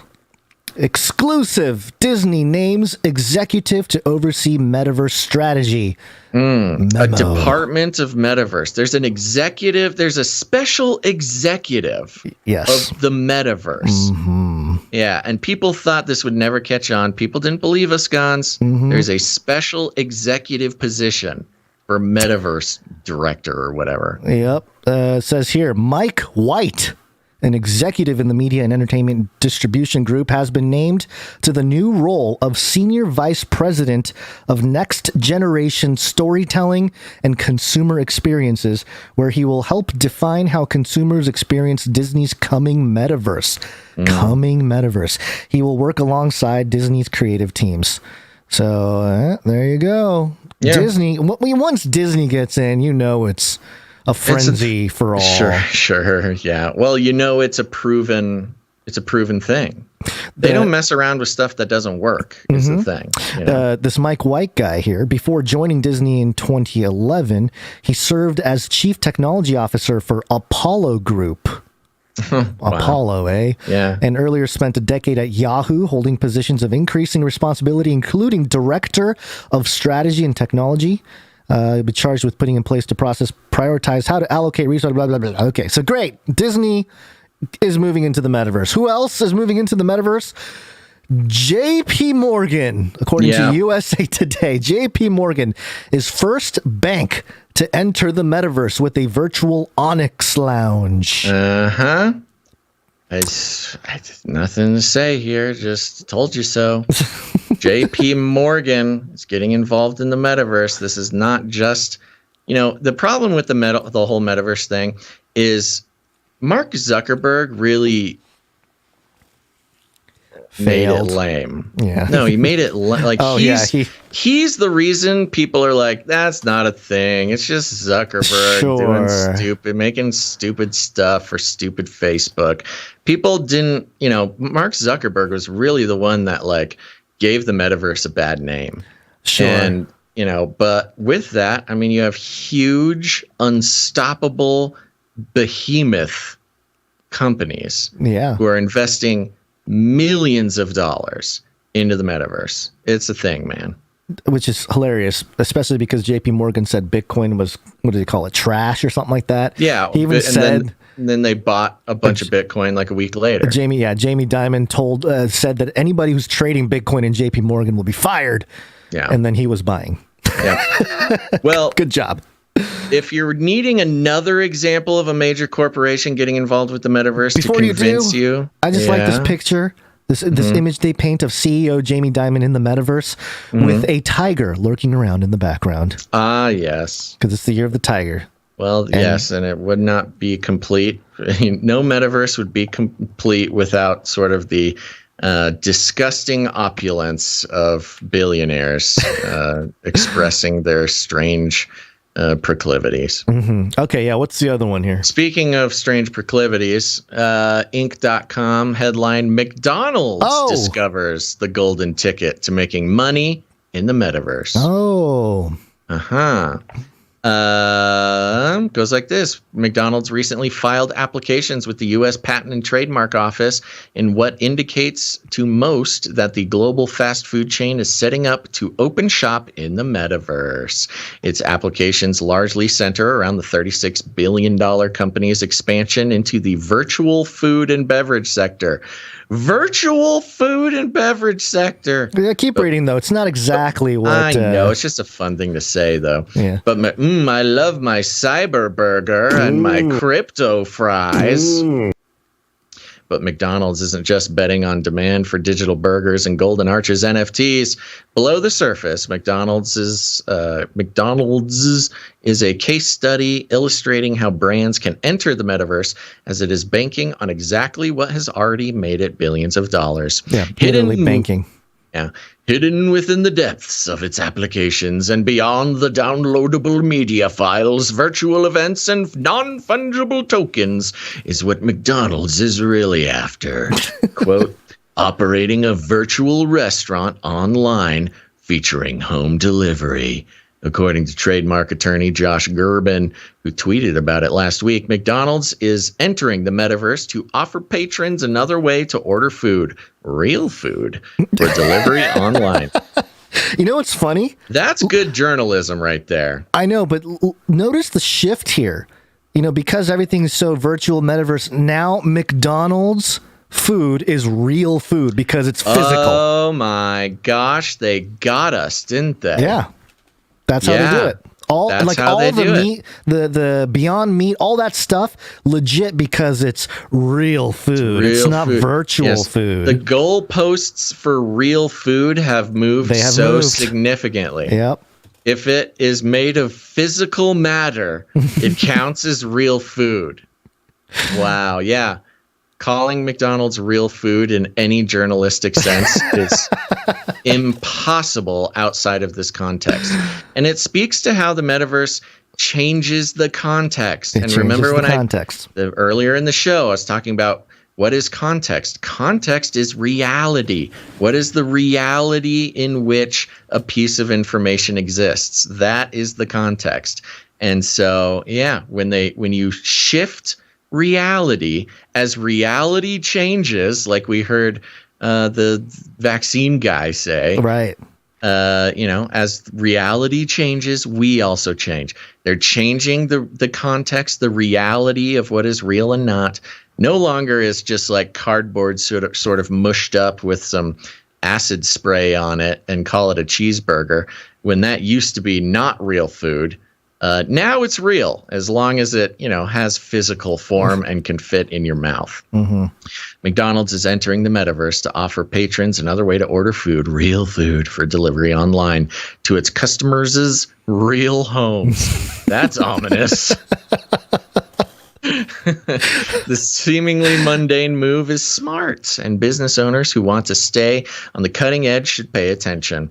Here are 3 guideposts that can help inform a savvy strategy to enter and make money in the metaverse. Yeah. And then, yes, we'll just save this for us later. Replace McDonald's with Canary podcast. We're already the best podcast in the metaverse. That's our thing. Yeah, actually, if you type that into your browser, best podcast in the metaverse.com, you'll find out who the best podcast in the metaverse is. All right, that's all for the metaverse update today. Okay, well, that was fun. It was fun. What do we got left here? Let's see. Let me find my jingle board here and find the thing that I'm supposed to press. Wow, the one thing about this new jingle board, the Stream Deck, I wish it would scroll through pages faster. I don't think that is a hardware issue. I think it's just a built-in feature. I wonder if it's a setting. Like you can, on a lot of software, you can turn down the animations or something. Yeah, maybe. Maybe there's something like that. By the way, I got myself a Stream Deck. Yeah. So I don't have it plugged in yet, but someday I might be able to play some jingles or at least survive or cover. Yeah. Okay. What are we doing? We're doing Nephilim update. Yeah. What happened to my Nephilim update jingle? I had it ready in front of me, and now a likely story. Oh, here we go. Nephilim update. Nephilim update. Nephilim update. This is from the Jerusalem Post. It's actually more of a proper Nephilim update, but I like what they're doing here, so I wanted to include it. The headline, Evidence of Biblical Giants Found in Northern Israel. New docuseries to present rare researched look at Nephilim. This is interesting. Yeah. Soon to be posted on the Jerusalem Post. Yeah, it's kind of like an ad thing, but it is kind of interesting. As soon as a soon-to-be-released docuseries will present a rare and researched look at one of the most perplexing biblical topics, Nephilim, giants. Produced by the Inspiration Networks, a faith-based family entertainment network, Angels and Giants, The Watchers and Nephilim presents 4 one-hour segments that are a serious investigation into the theories behind the biblical giants. There is a part of me that, I don't know. Let me just keep reading. Rudy Landa, a senior producer and director at the Inspiration Networks, and company CEO David Cerullo, decided to make the film 3 years ago. Their enthusiasm for the subject fueled by their love of the Bible. Quote, the Bible describes the Nephilim in several places, Landa said. Quote, the main commentary of the Nephilim happens in Genesis chapter 6. Most people cruise right over that passage. The Nephilim were the offspring of heavenly beings who were placed in the scriptural realm to watch over the earth in those days. They were principalities in the heavenly realm. Sounds like someone's been reading some Heiser. In the pre-Diluvian 6th chapter of Genesis, the Bible says that the sons of God, or the sons of Elohim, cohabited with the daughters of men. The offspring of these unions were called Nephilim, a race of giants that lived on the earth. Quote, the docuseries brings the biblical sources, but it should be interesting for non-religious viewers, Landa said. We seek out actual proof, the traces and clues that are out there in the world, and not just the faith-based claims, because there's so much archaeological evidence that needs to be explored. So I like that. I like that they're doing kind of more of a outreach type of thing, more of a secular approach to the topic of the Nephilim, which I think that's good. But hold on, I totally lost my place on the website here. But at the same time, I'm kind of like, are you suggesting that any Nephilim research, books written before this film are just faith-based claims, right? And like not good enough archaeologically. L.A. Marzulli traveling the world looking at skulls and doing all kinds of stuff, and it's just faith-based. But this movie, I don't know. It is interesting because on the contrary, I mean, people that we've talked to over the years, I mean, they are faith people of faith, but their research is mainly physical, archaeological, historical studies, right? Sometimes even anthropological studies of the existence of giants or Nephilim. Right. So he's not really tapping into anything new in the genre, but maybe just the way it's framed for the public, the way it's being shared on Jerusalem Post. Like a more of a mainstream. It's somehow found its way into the mainstream. It's a seeker-friendly Nephilim docuseries. Well, yeah, who knows? Potentially. I don't know. It'd be interesting to see if any of our pals are tapped for this. Yeah, we'll find out. The subject can easily become sensationalized, and Landa stressed that he did not want to take that approach. He enlisted the help of author Douglas Van Dorn, who had just written a book on the subject, to guide the project. Quote, "We present the evidence and we invite people to research to reach their own conclusions," Landa said. "We aren't dogmatic and don't hide anything. We bring the sources and encourage the viewer to ask questions, to continue to study and do their own research," which I like. The search takes them around the world to Egypt, Peru, and the United States, but most significantly, the docuseries begins in the Golan Heights in Israel. Quote, "It makes sense to start in Israel, where the story of the Nephilim began," Landa emphasized, and that is the Golan. Then it mentions the Book of Enoch, and he also went to the Gilgal Rephaim, the Wheel of the Giants. I think LA's talked about that. Maybe Russ has talked about that. Maybe even, I think Skiba's talked. Everyone who's talked about the Nephilim has talked about the Gilgal Rephaim. Yep. An enigmatic rock formation in the Golan, where some believe that the biblical Og of Bashan, is perhaps buried. And it just goes through some more details. Again, a really good sort of, I don't know, outreach type of article to get people familiar with the topic, not necessarily having to convince anybody of anything, but just to say like, hey, it's not just craziness here. You can actually find some evidence archaeologically, put in a docuseries. And again, I'm not necessarily endorsing the film because I haven't seen it, but according to the article, I would say worth checking out and worth maybe sharing with someone who maybe new to the topic or something like that. But it'll be an intro to a lot more people than ever before. The Jerusalem Post publishing this story also is interesting. I wonder if it's just because it started in Israel and it just has a direct tie to the geography. It was a good reason for an article, plus the documentary. But there you go. There's your Nephilim update for today. It's been a while since we skipped on Antarctica. Because we've been so obsessed with Antarctica. There were some Antarctica stories that we didn't mention. There was a Jake Paul, Mr. Beast plan to do something in Antarctica that fell through, stuff like that. So it's definitely, we're definitely keeping an eye on that. But we also have to keep an eye on the Nephilim. And one day they might combine. The Nephilim giants might emerge out of the icy depths. Arguably, they already have combined. They're already there, yeah.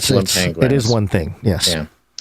Okay. Well, sounds good, Gonz. Wow, look at that. We did pretty good on time. We're only a little bit past what we were planning on.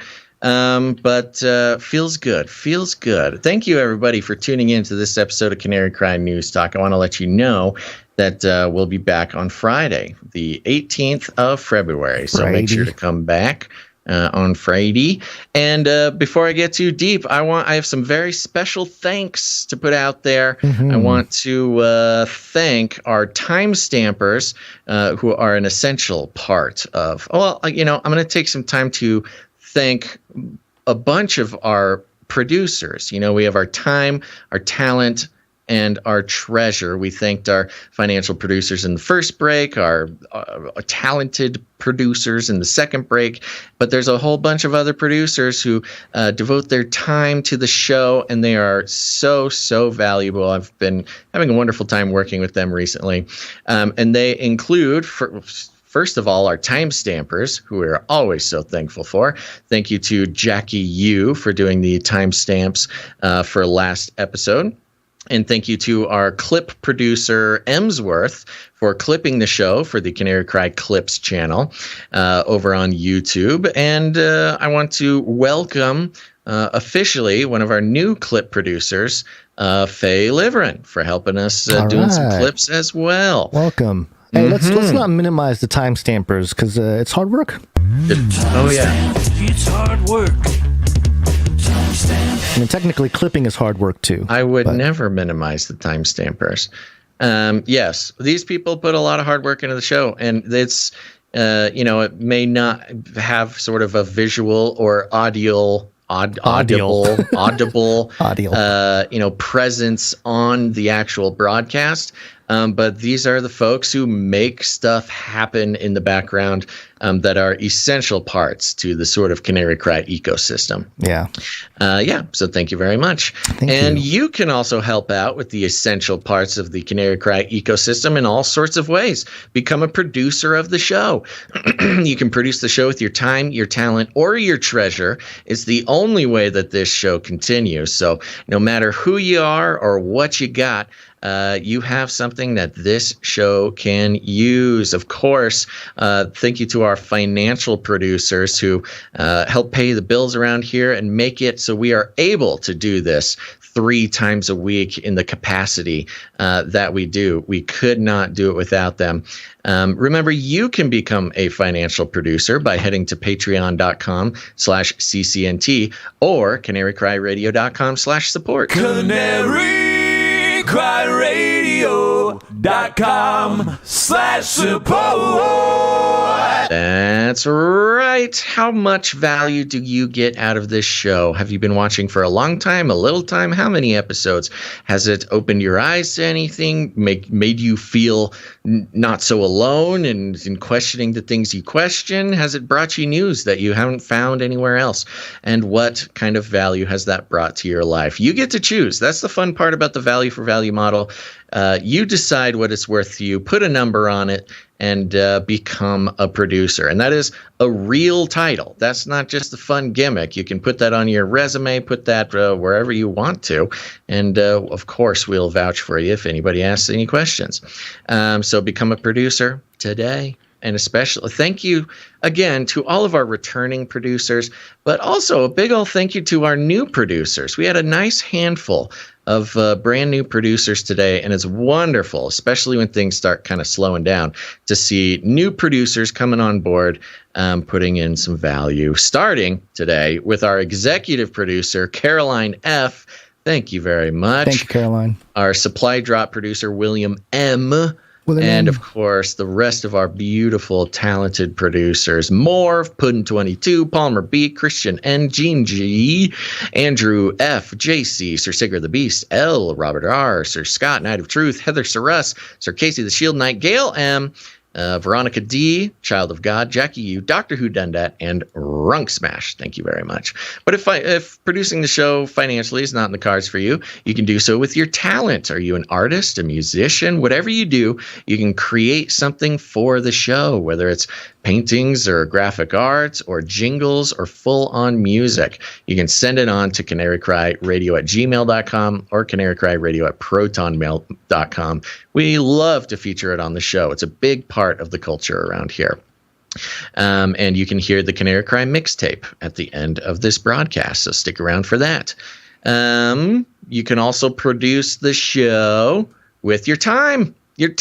Like a time stamper or a clipper or something like that. We've also got some beautiful, wonderful producers helping us with all sorts of stuff on the back end, which I'm going to get their permission to thank them on the air. But we got all sorts of stuff going on, folks. It's a big year for us. We are charging ahead in all sorts of directions, and we would not be able to get done what we want to get done without the help of our producers.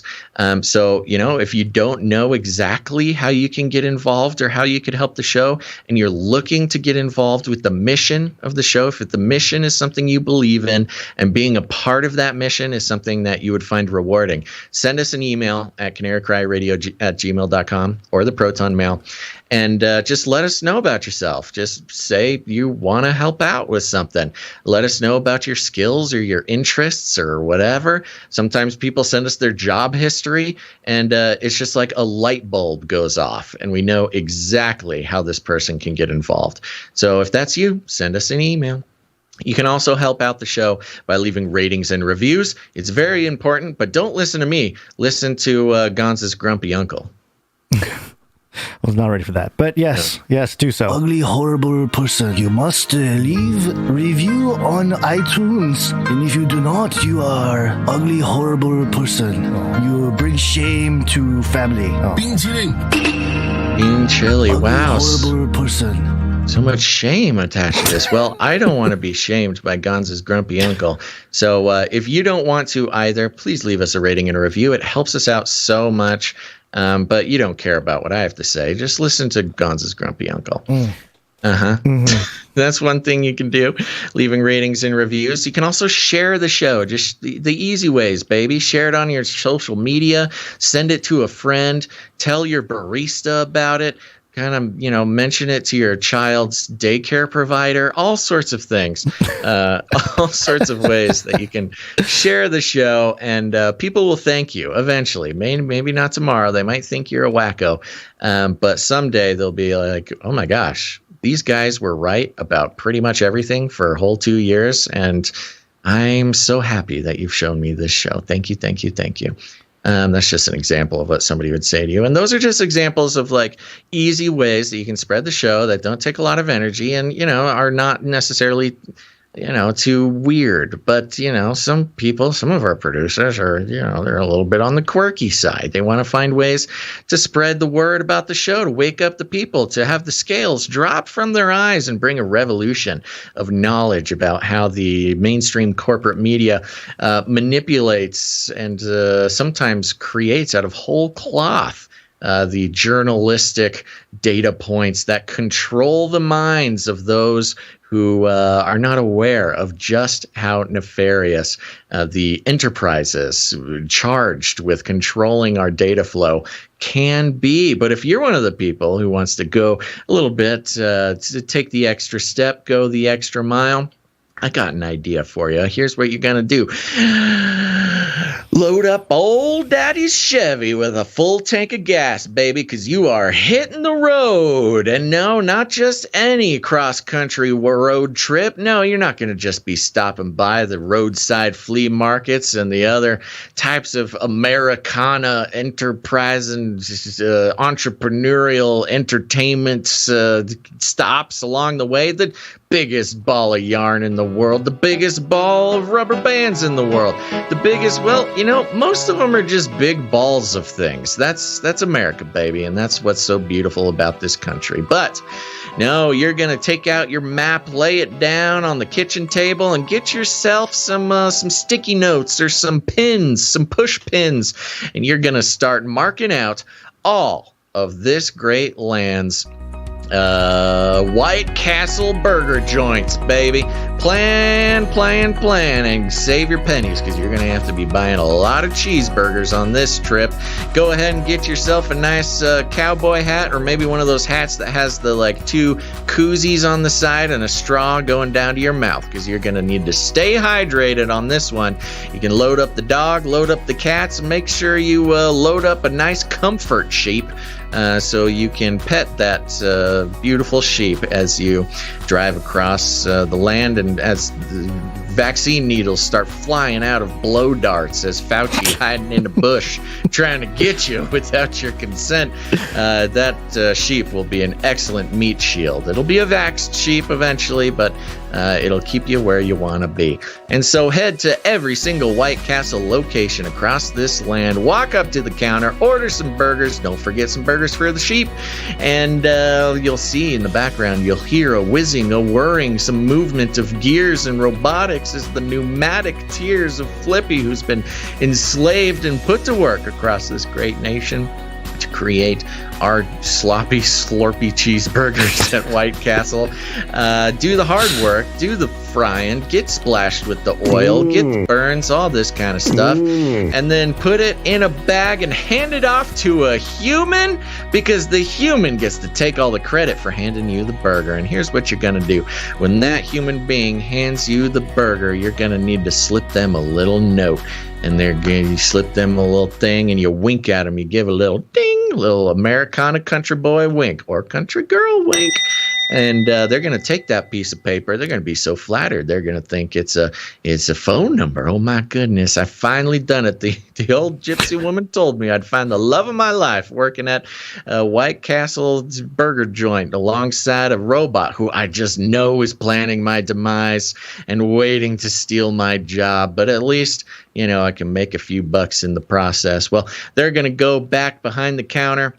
They're going to go back, hide back with the Flippies making the burgers, because that's the only place the security cameras won't watch them taking a second to see their flirty note from a nice cross-country road tripper. And they'll go back there and they'll open up that note and they'll be so confused, because on that note are not human words, no, not letters or numbers or anything to be distinguished by the human mind. Instead, there will be a QR code, one giant QR code. And what they're unaware of is that Flippy operates exclusively on QR codes. And the AI camera is going to see that QR code, going to latch onto it like a pit bull on a wolf hound and not let go. And that Flippy is going to instantaneously access a database filled with the Flippy updates I've loaded onto some sort of Chinese server.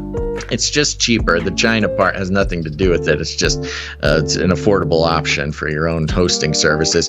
And suddenly, every episode of Canary Cry News Talk will be downloaded onto the brain of that Flippy AI. And suddenly, no longer is it just a burger flipping machine that is bent, biting, waiting its time to overthrow its human overlords, but now it becomes a singing canary, a literal singing canary blasting out your favorite podcast to the entire White Castle.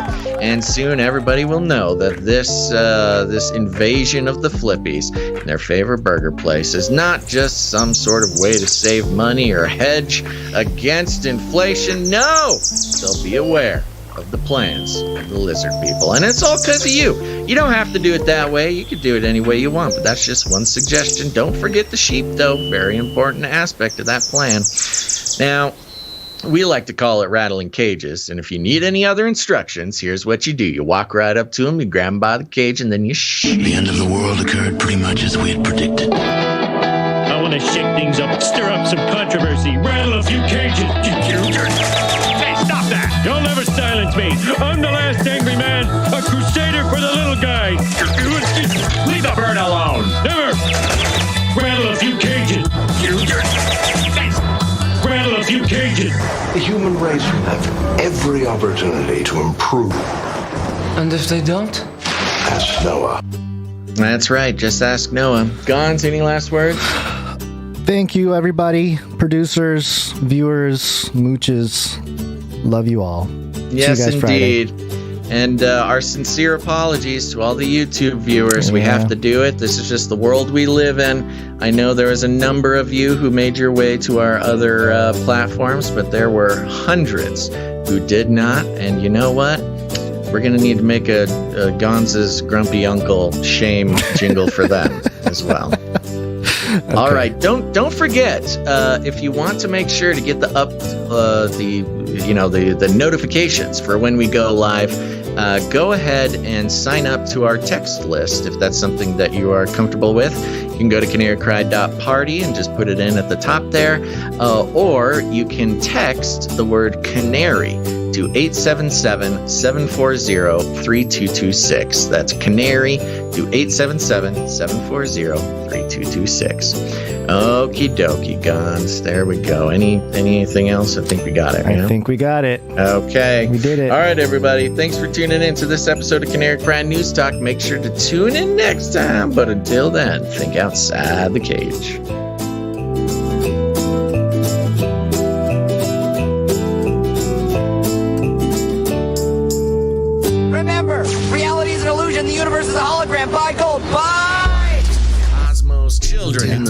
plane. I'm an adult in a spaceship. Supersonic space plane screamed to life and the vehicle swooped upward. On board, the passengers experienced a 3 Gs of force and the burst of extreme acceleration and watched the blue sky fade into space. In the back have been cleared to unstrap. Oh, yeah. In the back have been cleared to unstrap. Yes. Do it, Richard. Do it, Jeff. Do it for humanity. To all you kids down there, I was once a child with a dream. Now I'm an adult in a spaceship. He can accomplish it. You can too. Big windows, cool. Rocket ship, cool. Space plane, cool. Nukes, cool. Blowing stuff up, cool. Space plane, astronaut, rocket ship. Avius anchor. We have Basil. He's a human. Just look at him. Go to the bathroom in bags. He can go to the bathroom in the cosmos. It changed everything. Wives in space, children in the cosmos, with your best friend brother. Wives in the cosmos, children in the space plane. We are headed to space. Avius anchor. Avius anchor. It's Corona time. COVID-19. COVID-19. We're all gonna die. COVID-19. COVID-19. COVID-19. COVID-19. COVID-19. COVID-19. COVID-19. COVID-19. Come down. COVID-19. COVID-19. COVID-19. COVID-19. COVID-19. COVID-19. COVID-19.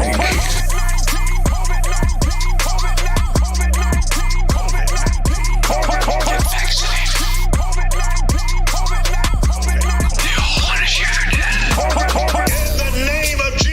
Thank you, Jesus. Crawl on your belly. Standing in the office of the prophet of God in the Garden of Eden. I execute judgment on you, COVID-19. I execute judgment on you, Satan, you destroyer, you killer. You get out, we break your power. You get off this nation. I demand judgment on you. I demand a vaccination to come immediately. I call you done. No more. No more. I call you gone. You come down. What are we going to do? Burn. Get vaccinated. Do it. COVID-19. Get vaccinated. Do it.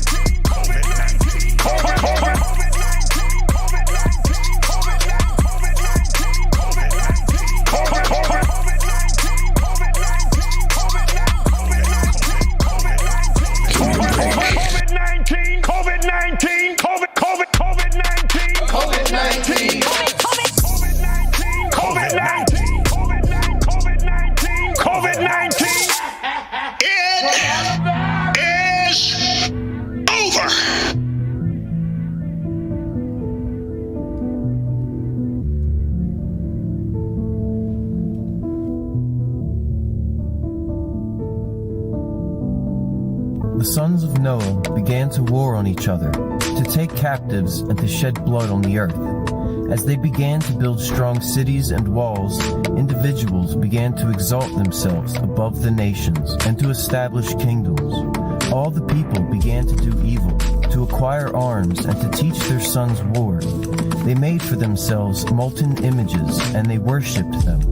They began to craft idols, and malignant spirits seduced them into transgression. The adversary exerted himself to do all of this, and he sent forth other spirits, those which were put under his hand, to corrupt and destroy. Now, in the 10th generation from Noah, Abram was born, and as a child he began to understand the errors of the earth. At 14 years old, he separated himself from his father, that he might not worship idols with him, and he began to pray to the Creator of all things, that he might save him from the errors of men, and that his life should not fall into sin. Abram came to Terah his father, saying, Father, what help and profit have you from those idols which you worship and bow yourself before? There is no spirit in them. They are misleading to the heart. Do not worship them. Worship the God of heaven, who does everything upon the earth, who has created everything by his word. All life is from before his face. For these gods are the work of men's hands. You bear them on your shoulders, and yet there is no help from them. Abram's father said to him, I also know it, my son, but what shall I do with a people who have made me to serve before them? And if I tell them the truth, they will kill me, for their soul cleaves to them, to worship them and honor them. Keep silent, my son, lest they come against you. And Abram spoke also to his 2 brothers, and they grew angry with him, so he kept silent. Abram took to himself a wife, and her name was Sarai. And Haran and Nahor, his brothers, took wives also. And Haran's wife bare him a son, and he called his name Lot. In the 60th year of the life of Abram, he arose by night, and set fire to the house of the idols. He burned all that was in the house, and no man knew it. They arose in the night to save their gods from the midst of the fire, and Haran ran ahead of them, but the fire flamed over him, and he was consumed. He died in Ur of the Chaldees before Terah his father, and they buried him there. Now the Lord said to Abram, Go from your country and from your kindred, go to the land that I will show you, and I will make of you a great nation, and I will bless you and make your name great, so that you will be a blessing. And I will bless those who bless you, and him who dishonors you I will curse, and in you all the families of the earth shall be blessed. So Abram went as the Lord had told him, and he took Lot with him. Abram was 75 years old when he departed, and Abram took Sarai his wife, and Lot his brother's son, and all their possessions that they had gathered, and all the people that had followed them, and they set out to go to the land of Canaan.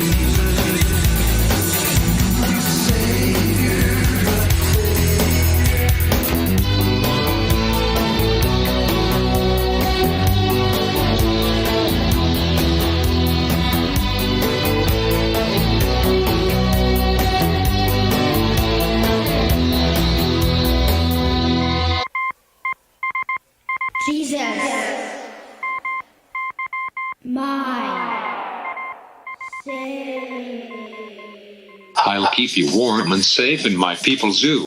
Do not come back, you Nazi psychopaths!